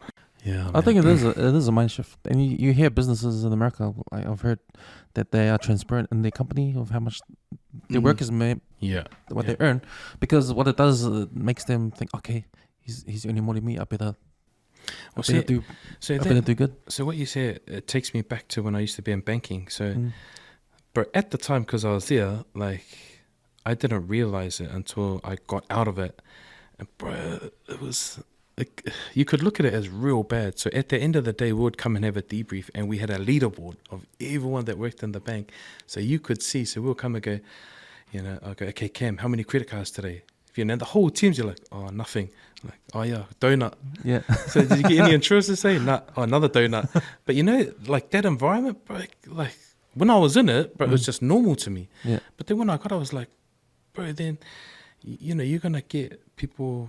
I'm just using you as an example, like Cam feeling like that. So he's just going to go and sell a credit card to an old lady because he doesn't want to come at the end of the day and say, oh, no, I got another donut. Yeah. You know, it creates a real toxic environment. Yeah. Where I've always been the belief of going back to just have conversations. If there's a product that the bank has and you explain to them how it can benefit the client, but they'll take it.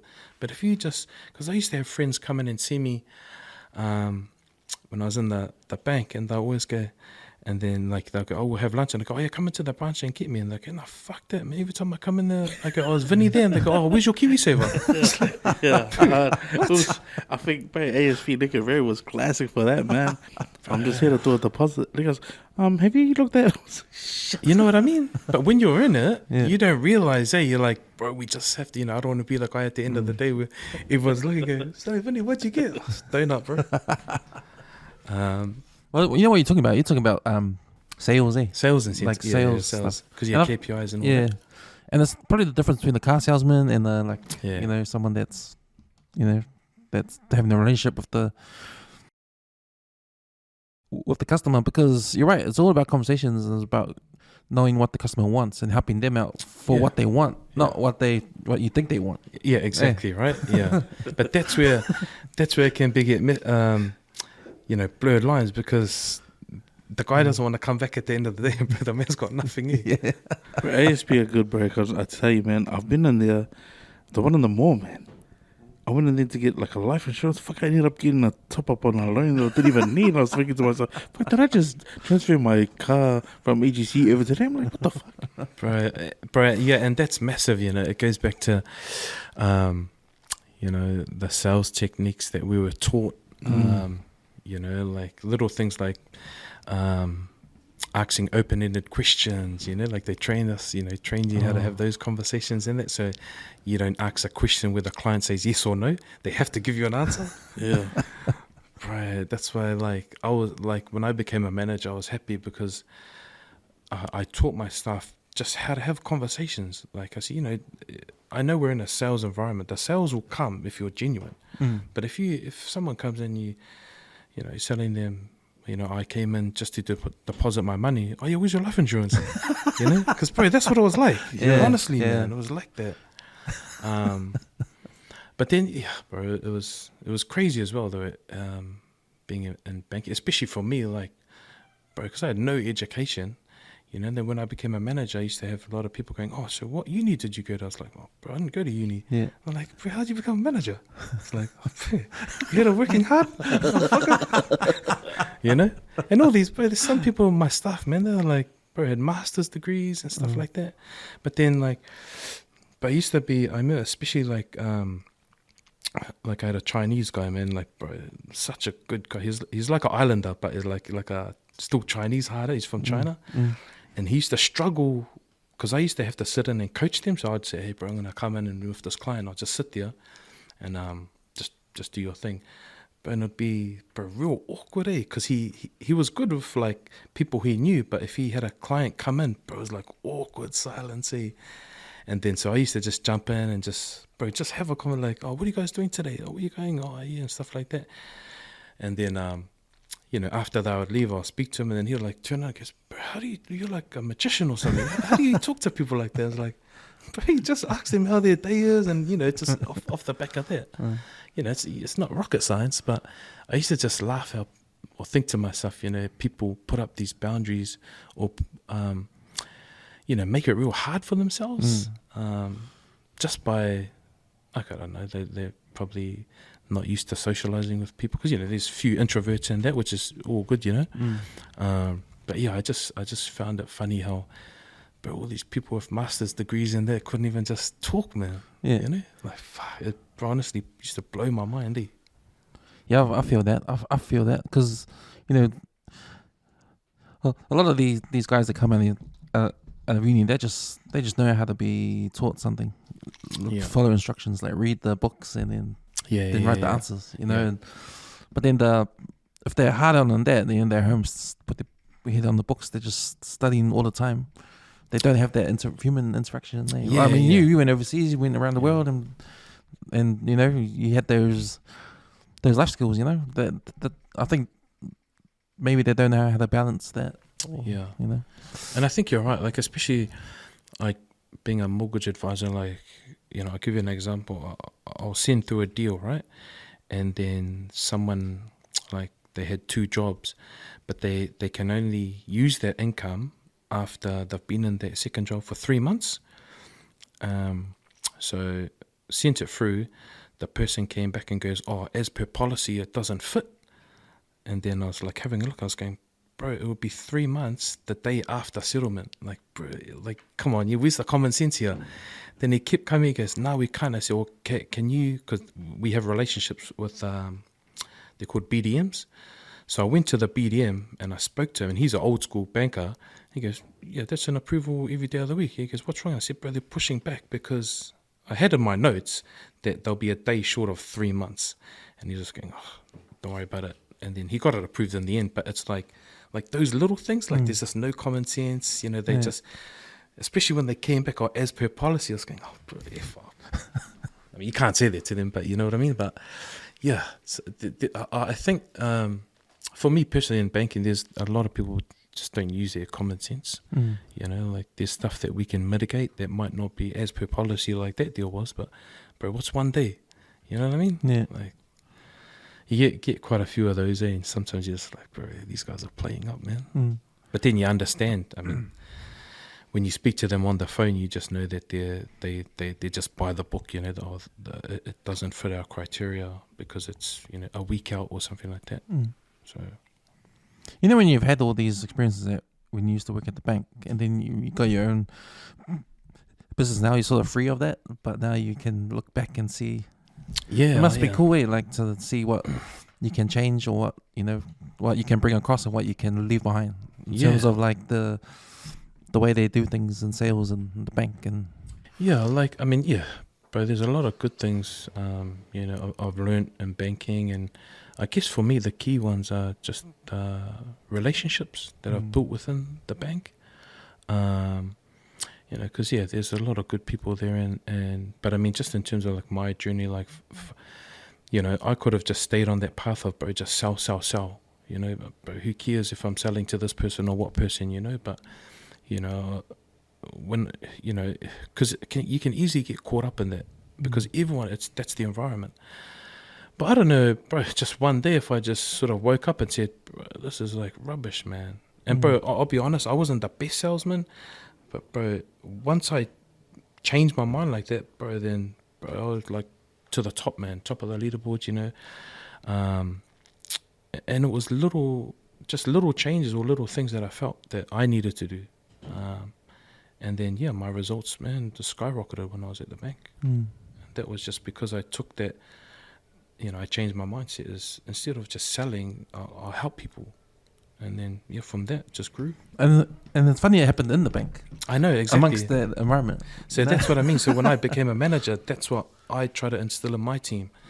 That, bro, if you see someone coming in, don't run up to them and go, hey, where's your KiwiSaver? You know, say hello, introduce yourself, you know, what are you up to today? And through those conversations, you'll find out, you know, what they're here for. You know, if they're here just to withdraw deposit money, just let them do it. Don't, try and sell stuff. Did you get any feedback from the higher ups? Because it sounds to me like, you know, you're in this culture at work where you didn't agree with, and you decided to do the opposite, and it made you manager. And then I know, bro. To me, it doesn't make sense. I know.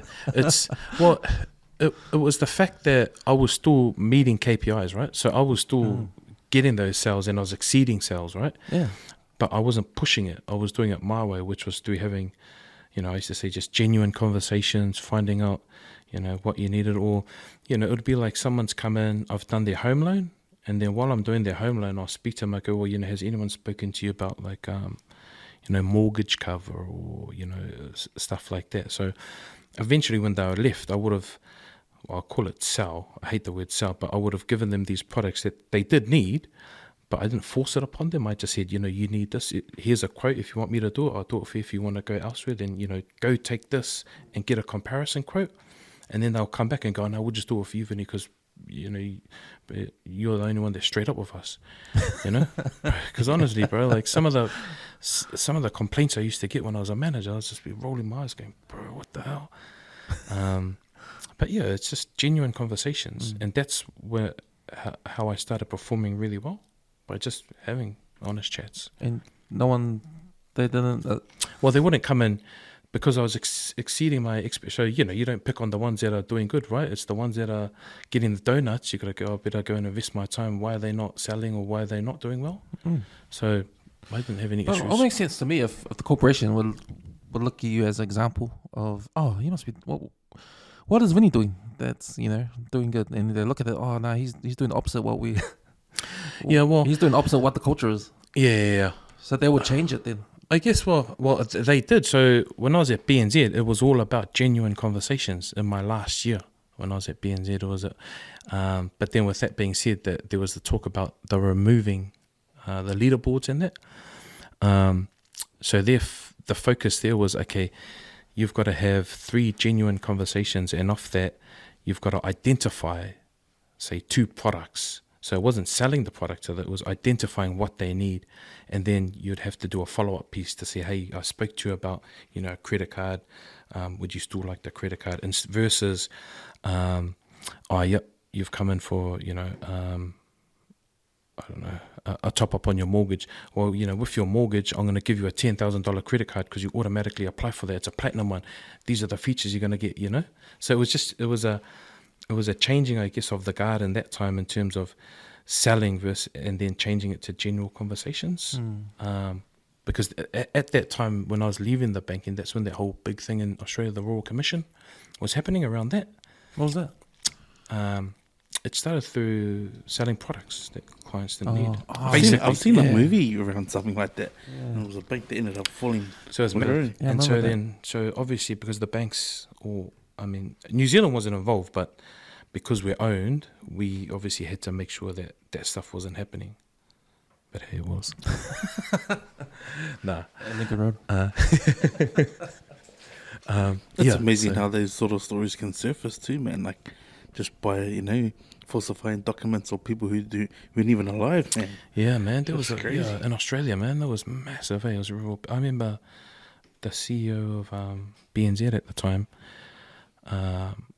No, he was he's a Kiwi guy. I've forgotten his name. He was the CEO of BNZ, and then he got the job of CEO of NAB. So BNZ's owned by NAB in Australia. So the man had nothing to do with the Royal Commission, but the man had to go to court because he's the CEO of NAB. Eh? Bro, I would have been like, unlucky else. But then I think I don't know what, I think he had to leave or resign or something. But I don't think he had any major influence on that time because he was the CEO of BNZ. So, but I don't know. But yeah, that changed a lot of the banking for good around the sales aspect things, man. Because I knew people used to, some of my mates, they'll stress out if they didn't get a sale at the end of the day. Whereas me, bro, I just didn't care. Vinnie, what'd you get? I just got a donut. See you in the office, eh? But nah, yeah, it's strange times, man, when I look back at it now. Because were you working at the bank when the housing crash happened in 2008, 2009 in so America? I was doing some stuff in was I here or was I in the UK? I think I was in the UK. But when I started in the UK, I was in a different department. I wasn't in retail space.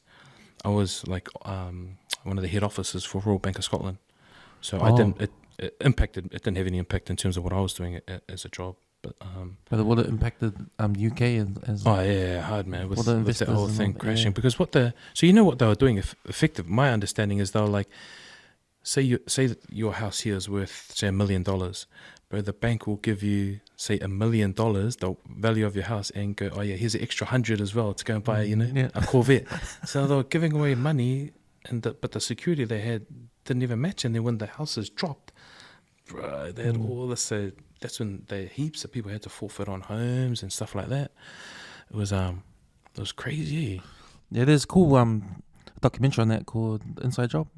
Right, yeah. And they talk about all of it, like just how they invented a system of banks give out loans, and then the bank can sell their loan to another bank, and then they sell it to investors around the world.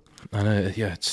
It's like but I remember when I was at the bank, man, as well. Like they had this, I've forgotten his name, but he was an investment guy, and he had clients all around the world, and he would basically, I think he would just document his letters to his clients and send it to them himself. But I think he was doing something with their money. It was like massive. And then I remember, bro, everyone was effed off because we had a income freeze, so no one got pay rises that year. Because the man, bro, millions and millions of dollars. But I mean, hats off to the bank. They paid what he promised him, so they didn't lose money. But man, yeah, that was crazy. I remember that was real crazy in the banks. Everyone was like, bro, this guy, man. But heaps of people lost their jobs because of that, eh? Yeah, a lot of people lost their jobs, and then the biggest, I mean, this is my opinion as well. Like the biggest thing for me is when I worked in banks, it was generally about the people, and then what you would have seen is, probably 2 years, or no, actually probably 4 years before I left banking, they started introducing the smart ATMs, and what people, the tellers and that were happy because they're like, oh yeah, the customer can just go there, get a withdrawal deposit. But then what they didn't realize is, bro, these machines are replacing you guys. So you would have like, I know, West City, I remember when I was here, I had like 18 staff, bro, cut down to 9 because they introduced all the smart ATMs and stuff like that. So we didn't need tellers, but at the time they were happy because they're like, oh yeah, man, we don't need to do all that stuff. Man, I gotta ask this question, bro, but I can understand if they want to answer it, man. But was there ever a time that someone ever walked into the bank with a note and passed it across? Bro, the one time they did, bro, it was at Lincoln Road, BNZ, man. Oh shit. Bro, it was I had just gone to the back. I know, do you know Tolu? Ikitau. He's the big guy that worked there, big Islander guy. Oh, probably by face. Sorry, Tolu, I'm going to tell the story.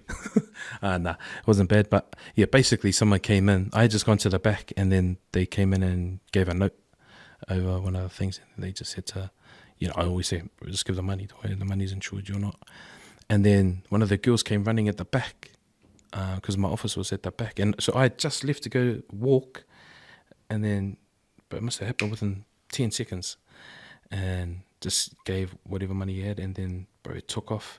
And then she ran to the back to tell me, and then we just had to lock down everything. But then I think sort of after things, what they realized what happened, then one of the boys, one of the tellers were like, if that man, bro, open the door, fucking go look for him, smash him. Whoa, calm down.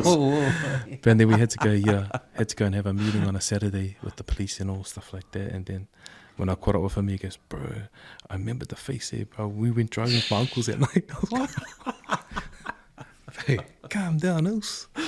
But I remember like Kiwi Bank, and when Police 10-7 was sort of like, had, I think it was the first host. Yeah. And then there was just a series of robberies, like just straight notes, man. Like one on K Road and one on, I think the guy that did us was the guy that did the ANZ in West City. Same person.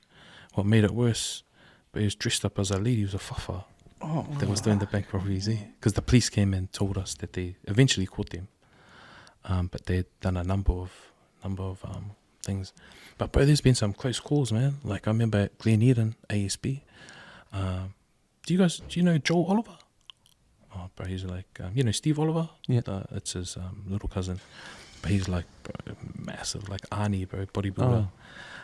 But he was our assistant manager. I remember this guy just came in, bro, effing and blinding, bro, like he was going, I'm going to smash anyone up in this branch. And then I came out, I was like, oh, bro, what's wrong? And he was going, oh, F you too. I was going, oh, sweet thing. I go behind my counter. And he goes, where's the manager? I want to speak to the effing manager. And then I was like, oh, you're sweet, bro. I'll go get the manager. And I went in, because Joel went to Kelston as well. I said, bro, he was downstairs, sorry, because it's 2 levels that used to be there. Our staff room's downstairs. And I said, bro, there's this crazy dude upstairs, man, swearing he's going to bloody wants to speak to the manager, bro. And then Joel, bro, comes up, bro, mad, bro. He's like, I think he's about 6'6", but he's like, bro, massive tight shirt, and like when you open the door, he can't walk. He's got to walk like that. But he comes out, the guy just goes, oh. He goes, oh mate, can I have a word to you or something? Bro, everyone in the bus was going, bro, this guy's playing up, bro. Bro, he brought in the heat, man, and then now he changes, bro. But bro, that was probably one of the, like, I thought we were going to get robbed then, Bro, I was like dropping it. But then I thought, oh, nah, he would have done something by now. That's why I tried to talk to him. And he was like, fuck, bro, I'll give you anything too. Like, close the door. Oh, yeah, sweet. But that's touch wood, man. I've been lucky. But I've known some other people that have gone through it, and bro, like real bad, man. Real bad. Like some of them even had to leave banking, because they had guns put in their face. So, yeah, I was just lucky, man. My whole career in banking, that nothing serious happened. I can't imagine what you'd feel like. Be pretty out the gate. But, I mean, sometimes, people just do things, look what's happening now, man. All these ram raids, like, I think that's just more of people aren't desperate. That's now just like a cool thing to do now, because they're all young kids, right? Yeah. Like, is it the fad or whatever you call it? Let's go do a ram raid or something. Yeah. Like, bro. And social media doesn't help it either. Yeah, well, I mean, I guess that's the biggest thing, Like, we, touch wood, we didn't grow up with, camera phones when I was at school and that. Man, I wish when I was at school that we had the balls to go past nights at the banks, man. Bro. But it's out that gate, right? Like, shucks, man, it's out of it. But I think as well, like, I mean, I know you came because, did you get a Kelston? No, I went to Waitek. Oh, yeah. You probably hear it all the time, but another thing why I think I was successful in banking is because I went to Kelston. Like, I truly believe that just it taught me resilience. Like, I remember, like, when we used to have our one-on-ones with our managers, I said, I want to be a bank manager one day. Bro, and just flat out laughed at me. Bro, in my mind, I was like, bro, I'll fucking show you one day. That's good. You hold on to that, too. Oh, bro,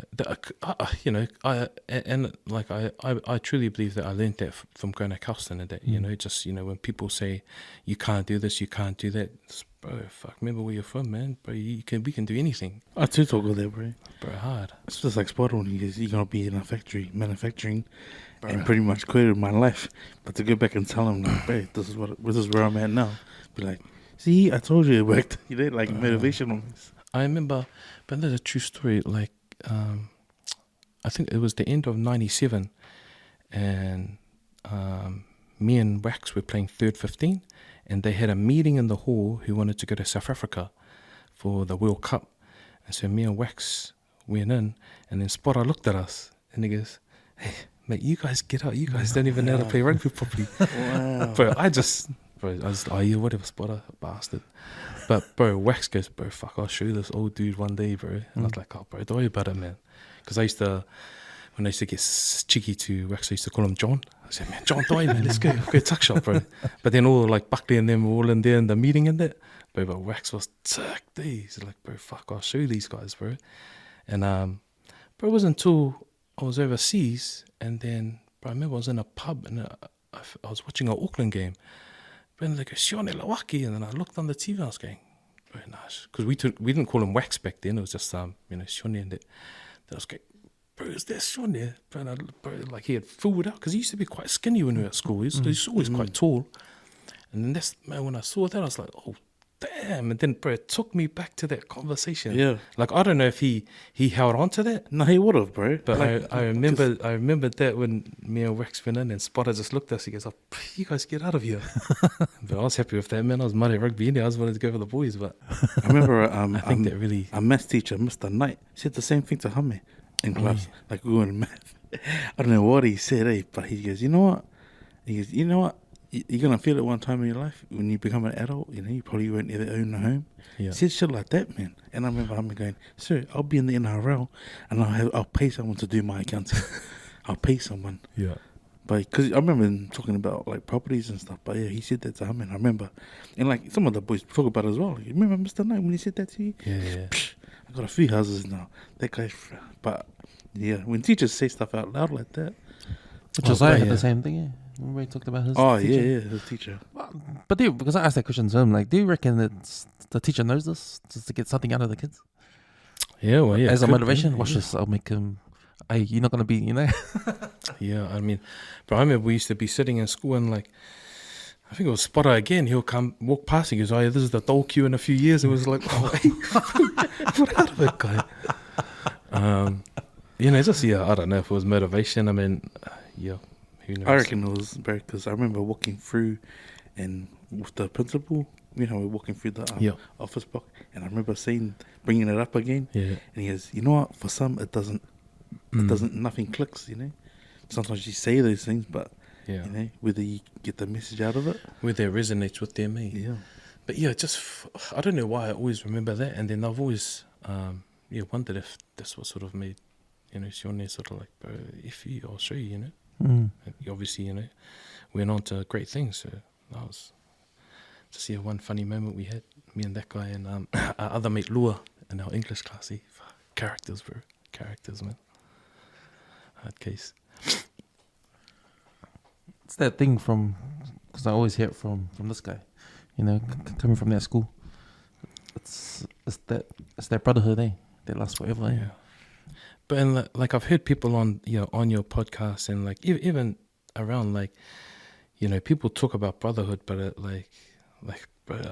I can't explain it. Like, bro, it just like there is a connection. Like, I remember, bro, on the tube in London, and this guy was wearing it was an old school Kelston hoodie, but we didn't even know who the hell he was. He was older than us. And we just went and we go, "Oh, you go to Kelston?" He goes, "Oh yeah."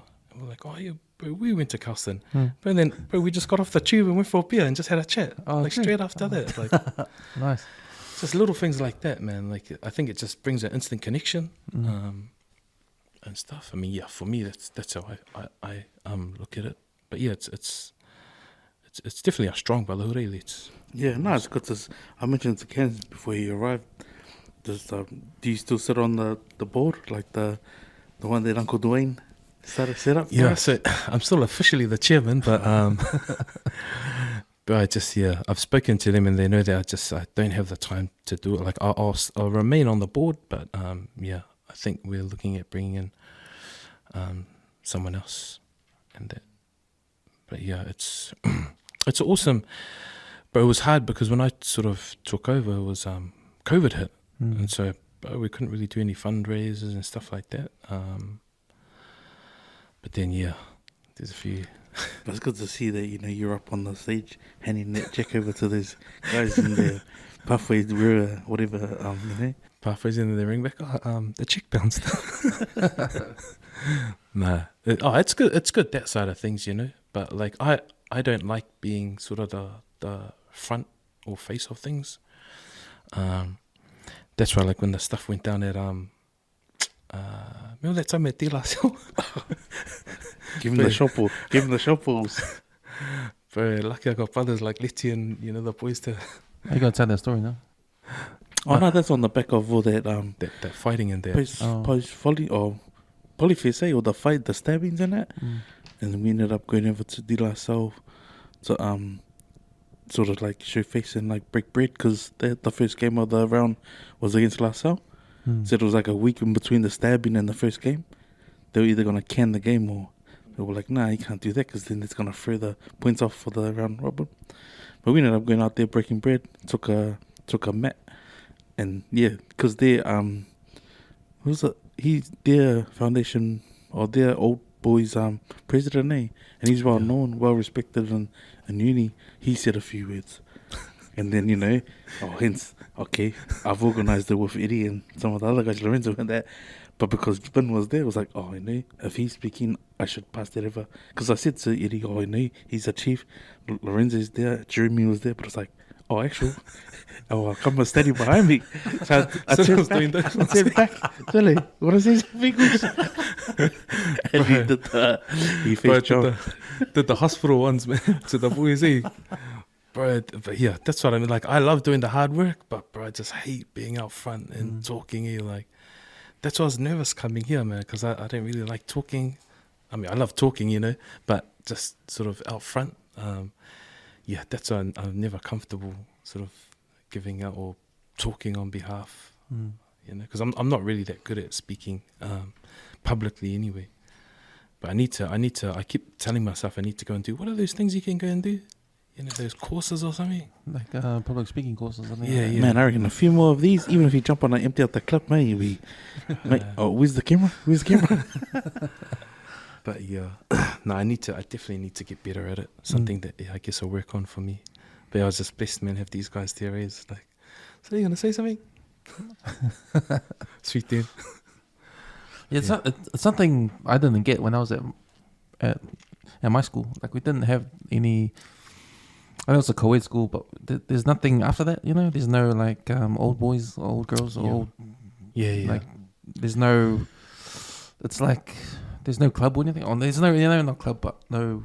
It's connection. There's no more connection anymore. 100%. I agree, because I went to Avondale first, because I grew up in Avondale, and then I went to Kelston. So like, my Avondale boys are like all boys of my Kelston boys, because like you say, they don't really remain, or there's no sort of connection after. There's a few of them Avondale boys that still stay, but they sort of, once again, they know all my Kelston mates, so we just all hang out together. I feel it's like a co-ed thing. I think co-ed schools are hard to get something out of it. They ain't like that. Yeah. Because I know the girls' schools have a connection back there. Yeah. Well. They do. Yeah. So my partner and all her friends, they still as tight as they were. But I think the boys' schools like Kelston or De La Salle or St. Paul's, that you have the old boys from generations. And they all connect back to the school in some way. Yep.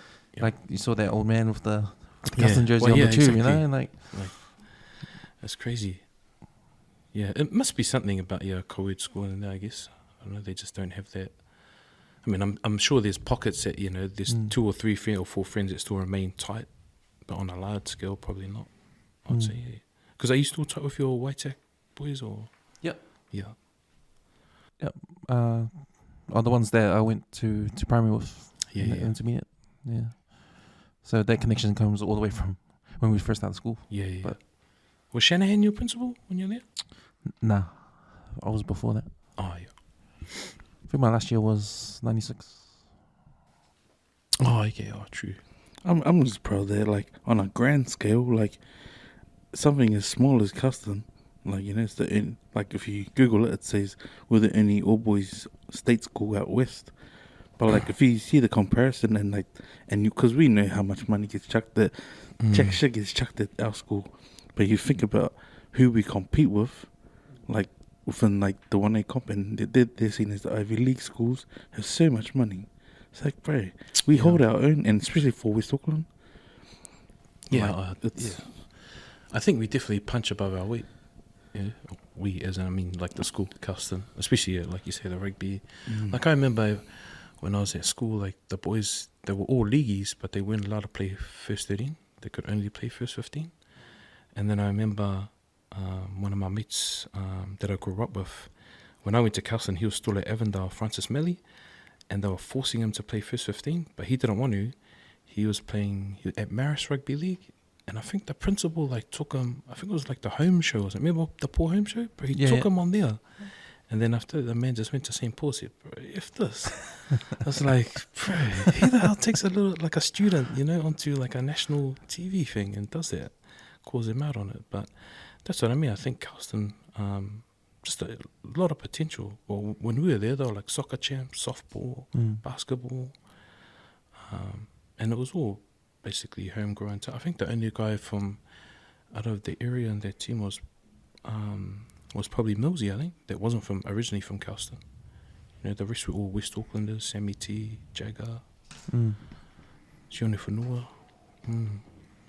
I love how when we started doing, like, when we were doing catch-ups, it's like the generations, like, the guys who had left when I started sort of thing, and then you guys, like, guys older than you, and then we just sort of thought like that, oh man, start coming back to some other boys, Well, them not knowing, like, the school needs our help, man, like, let's try and get our it's kids good to coming see, back to the school. Those, because I remember me and Laura were talking about it probably a year or two ago, like my first memory of Mickey Lee at Kelston, like, bro, we're going, bro, look at this little kid's shoulders, bro, this guy's gonna fold people. But like, because we didn't know him, because he was a third former, and then I remember like, Lua, like, bro, big Tongan guy, don't mess with him, bro. I remember we were by the tuck shop, and Mickey just came running around and like just jumped up, slapped his head, and just kept running, laughing. Bro, and Lua's going, bro, that effing else, that little shit, Like, oh man, and then like, obviously going on my own journey and then sort of catching back up with, these dudes and seeing them now and that, like, bro, that's what I like, just reconnecting with the younger guys and seeing how well they're doing as well, and as well for this guy, especially for the old boys, a lot of bro, this guy behind the scenes, bro, he holds a lot of it together, and he does heaps for us, man. He always reaches out to us, checks in with us. That's why I think, especially like my friends of our age, we're like, 43, we always thankful for, being friends with Letty, at this age especially. We always, when I tell the boys, like with Sosh, I said, I'm going to go do it. And then like this guy knows if I get one of them, bro, they're all going to come, bro. Like I was saying to the host, bro, it's like, and this was like not even this shit, this was probably like when we were still at the old studio. Yeah. I just said to him like, oh man, this is perfect, like, because I know when I started watching them, and I was like, man, the old boys, and like, as well as having the commission yarns, and then I sort of said, oh man, you know what, he should be in the thick of this is Vin, because well, he's the chair of the KAB, Yeah. I was like, true. But realizing like when the window did present itself, and that's why I said, bro, that's all about timing. But I knew like if we get one guy on, watch the domino effect, man, like, everyone's gonna be, oh bro, if you get the opportunity, man, jump on. Yeah. No, because you reached out to Sammy, eh? Yeah. He reckons he'll be in the country next week for that Fight for Life. Yeah, he told me he's going to do it. I spoke to him last night, and I said that I was doing it today, so he was saying, oh yeah, no, I'll do it. Well, me, bro, that's the other thing. I don't want to be telling this guy, and then this guy's like, Bulldogs, man. Yeah, I know. Me, bro, like, I would never, That's I what don't I want to told be him. known as a Bulldogs. I said, bro, make sure you do it then. He goes, no, I'll do it. I said, oh yeah, sweet. So yeah, that should be a good night. When is it? 27th of April. Yeah, I've reached out to Isaac's wife as well, so Oh yeah. I was supposed to try and wrap up by the end of May. Oh, okay. Spend some time with the kids, but I man got to tick off that 50. But Push for a challenge. his journey is amazing, bro. Peachy's, because Peachy was in my class, and but I guess just before we wrap it up, just a quick story about Peachy. Like, we had this big thing at BNZ in the city. So I was with like sort of real high up managers and that. And then it was like 1 o'clock in the afternoon. And then so I was walking with all of them. Then all I heard was this, Vinnie, you fat bastard. And I turned on, it was Peachy on the back of a tuk-tuk, bro, wasted. I was going, oh, not this guy. But I mean, he doesn't drink now, which is good. But yeah, there was just like, bro, in the middle of the day, getting abused there from one of the boys. I was like, oh, anyone but this guy. But yeah, man, he's had a massive journey. He's doing well. He is peach boxing and that, man. Like hats off to him, man. He's the man. Old Isaac. But even shout out to Sish for, because remember they were just amateur. Yeah. Well, we weren't even amateur. Was it like corporate? They were corporate until Sish knocked the other dude out. Bruh, yeah, That was been like, man, grand scale for them. Shucks, yeah. Man, they've done well. I mean, now they're like, known around the world now, with his fighters and that. Like, man, he's got some really exciting talent coming through. I remember watching one of his fights on TV when Peachy was still fighting. But the man walks off his Newland Stags jump on. I was going, oh, yeah. Get in there, Peachy. It's got Jerome, Yeah. And he's tiny. Because when I did the singers, the last home game would have been the last home semi of the round. That was when the school was packed, bro. Yeah. Mean crowd. And he came and I was like, medium. He's tiny, bro. Shucks. But he looks massive on screen. It's good, man. Good hearing the old boys, all of them, successful in life, whether it's on a world scale or just, beautiful kids and, happy and content. That's good, man. It's awesome. Before we go, I just want to ask you one more question. I saw this TikTok about paying $1 a day if you're paying off your mortgage a month, and you won't have to pay that interest for that month. Is that right? But if you saw it on TikTok, bro, it's story time now.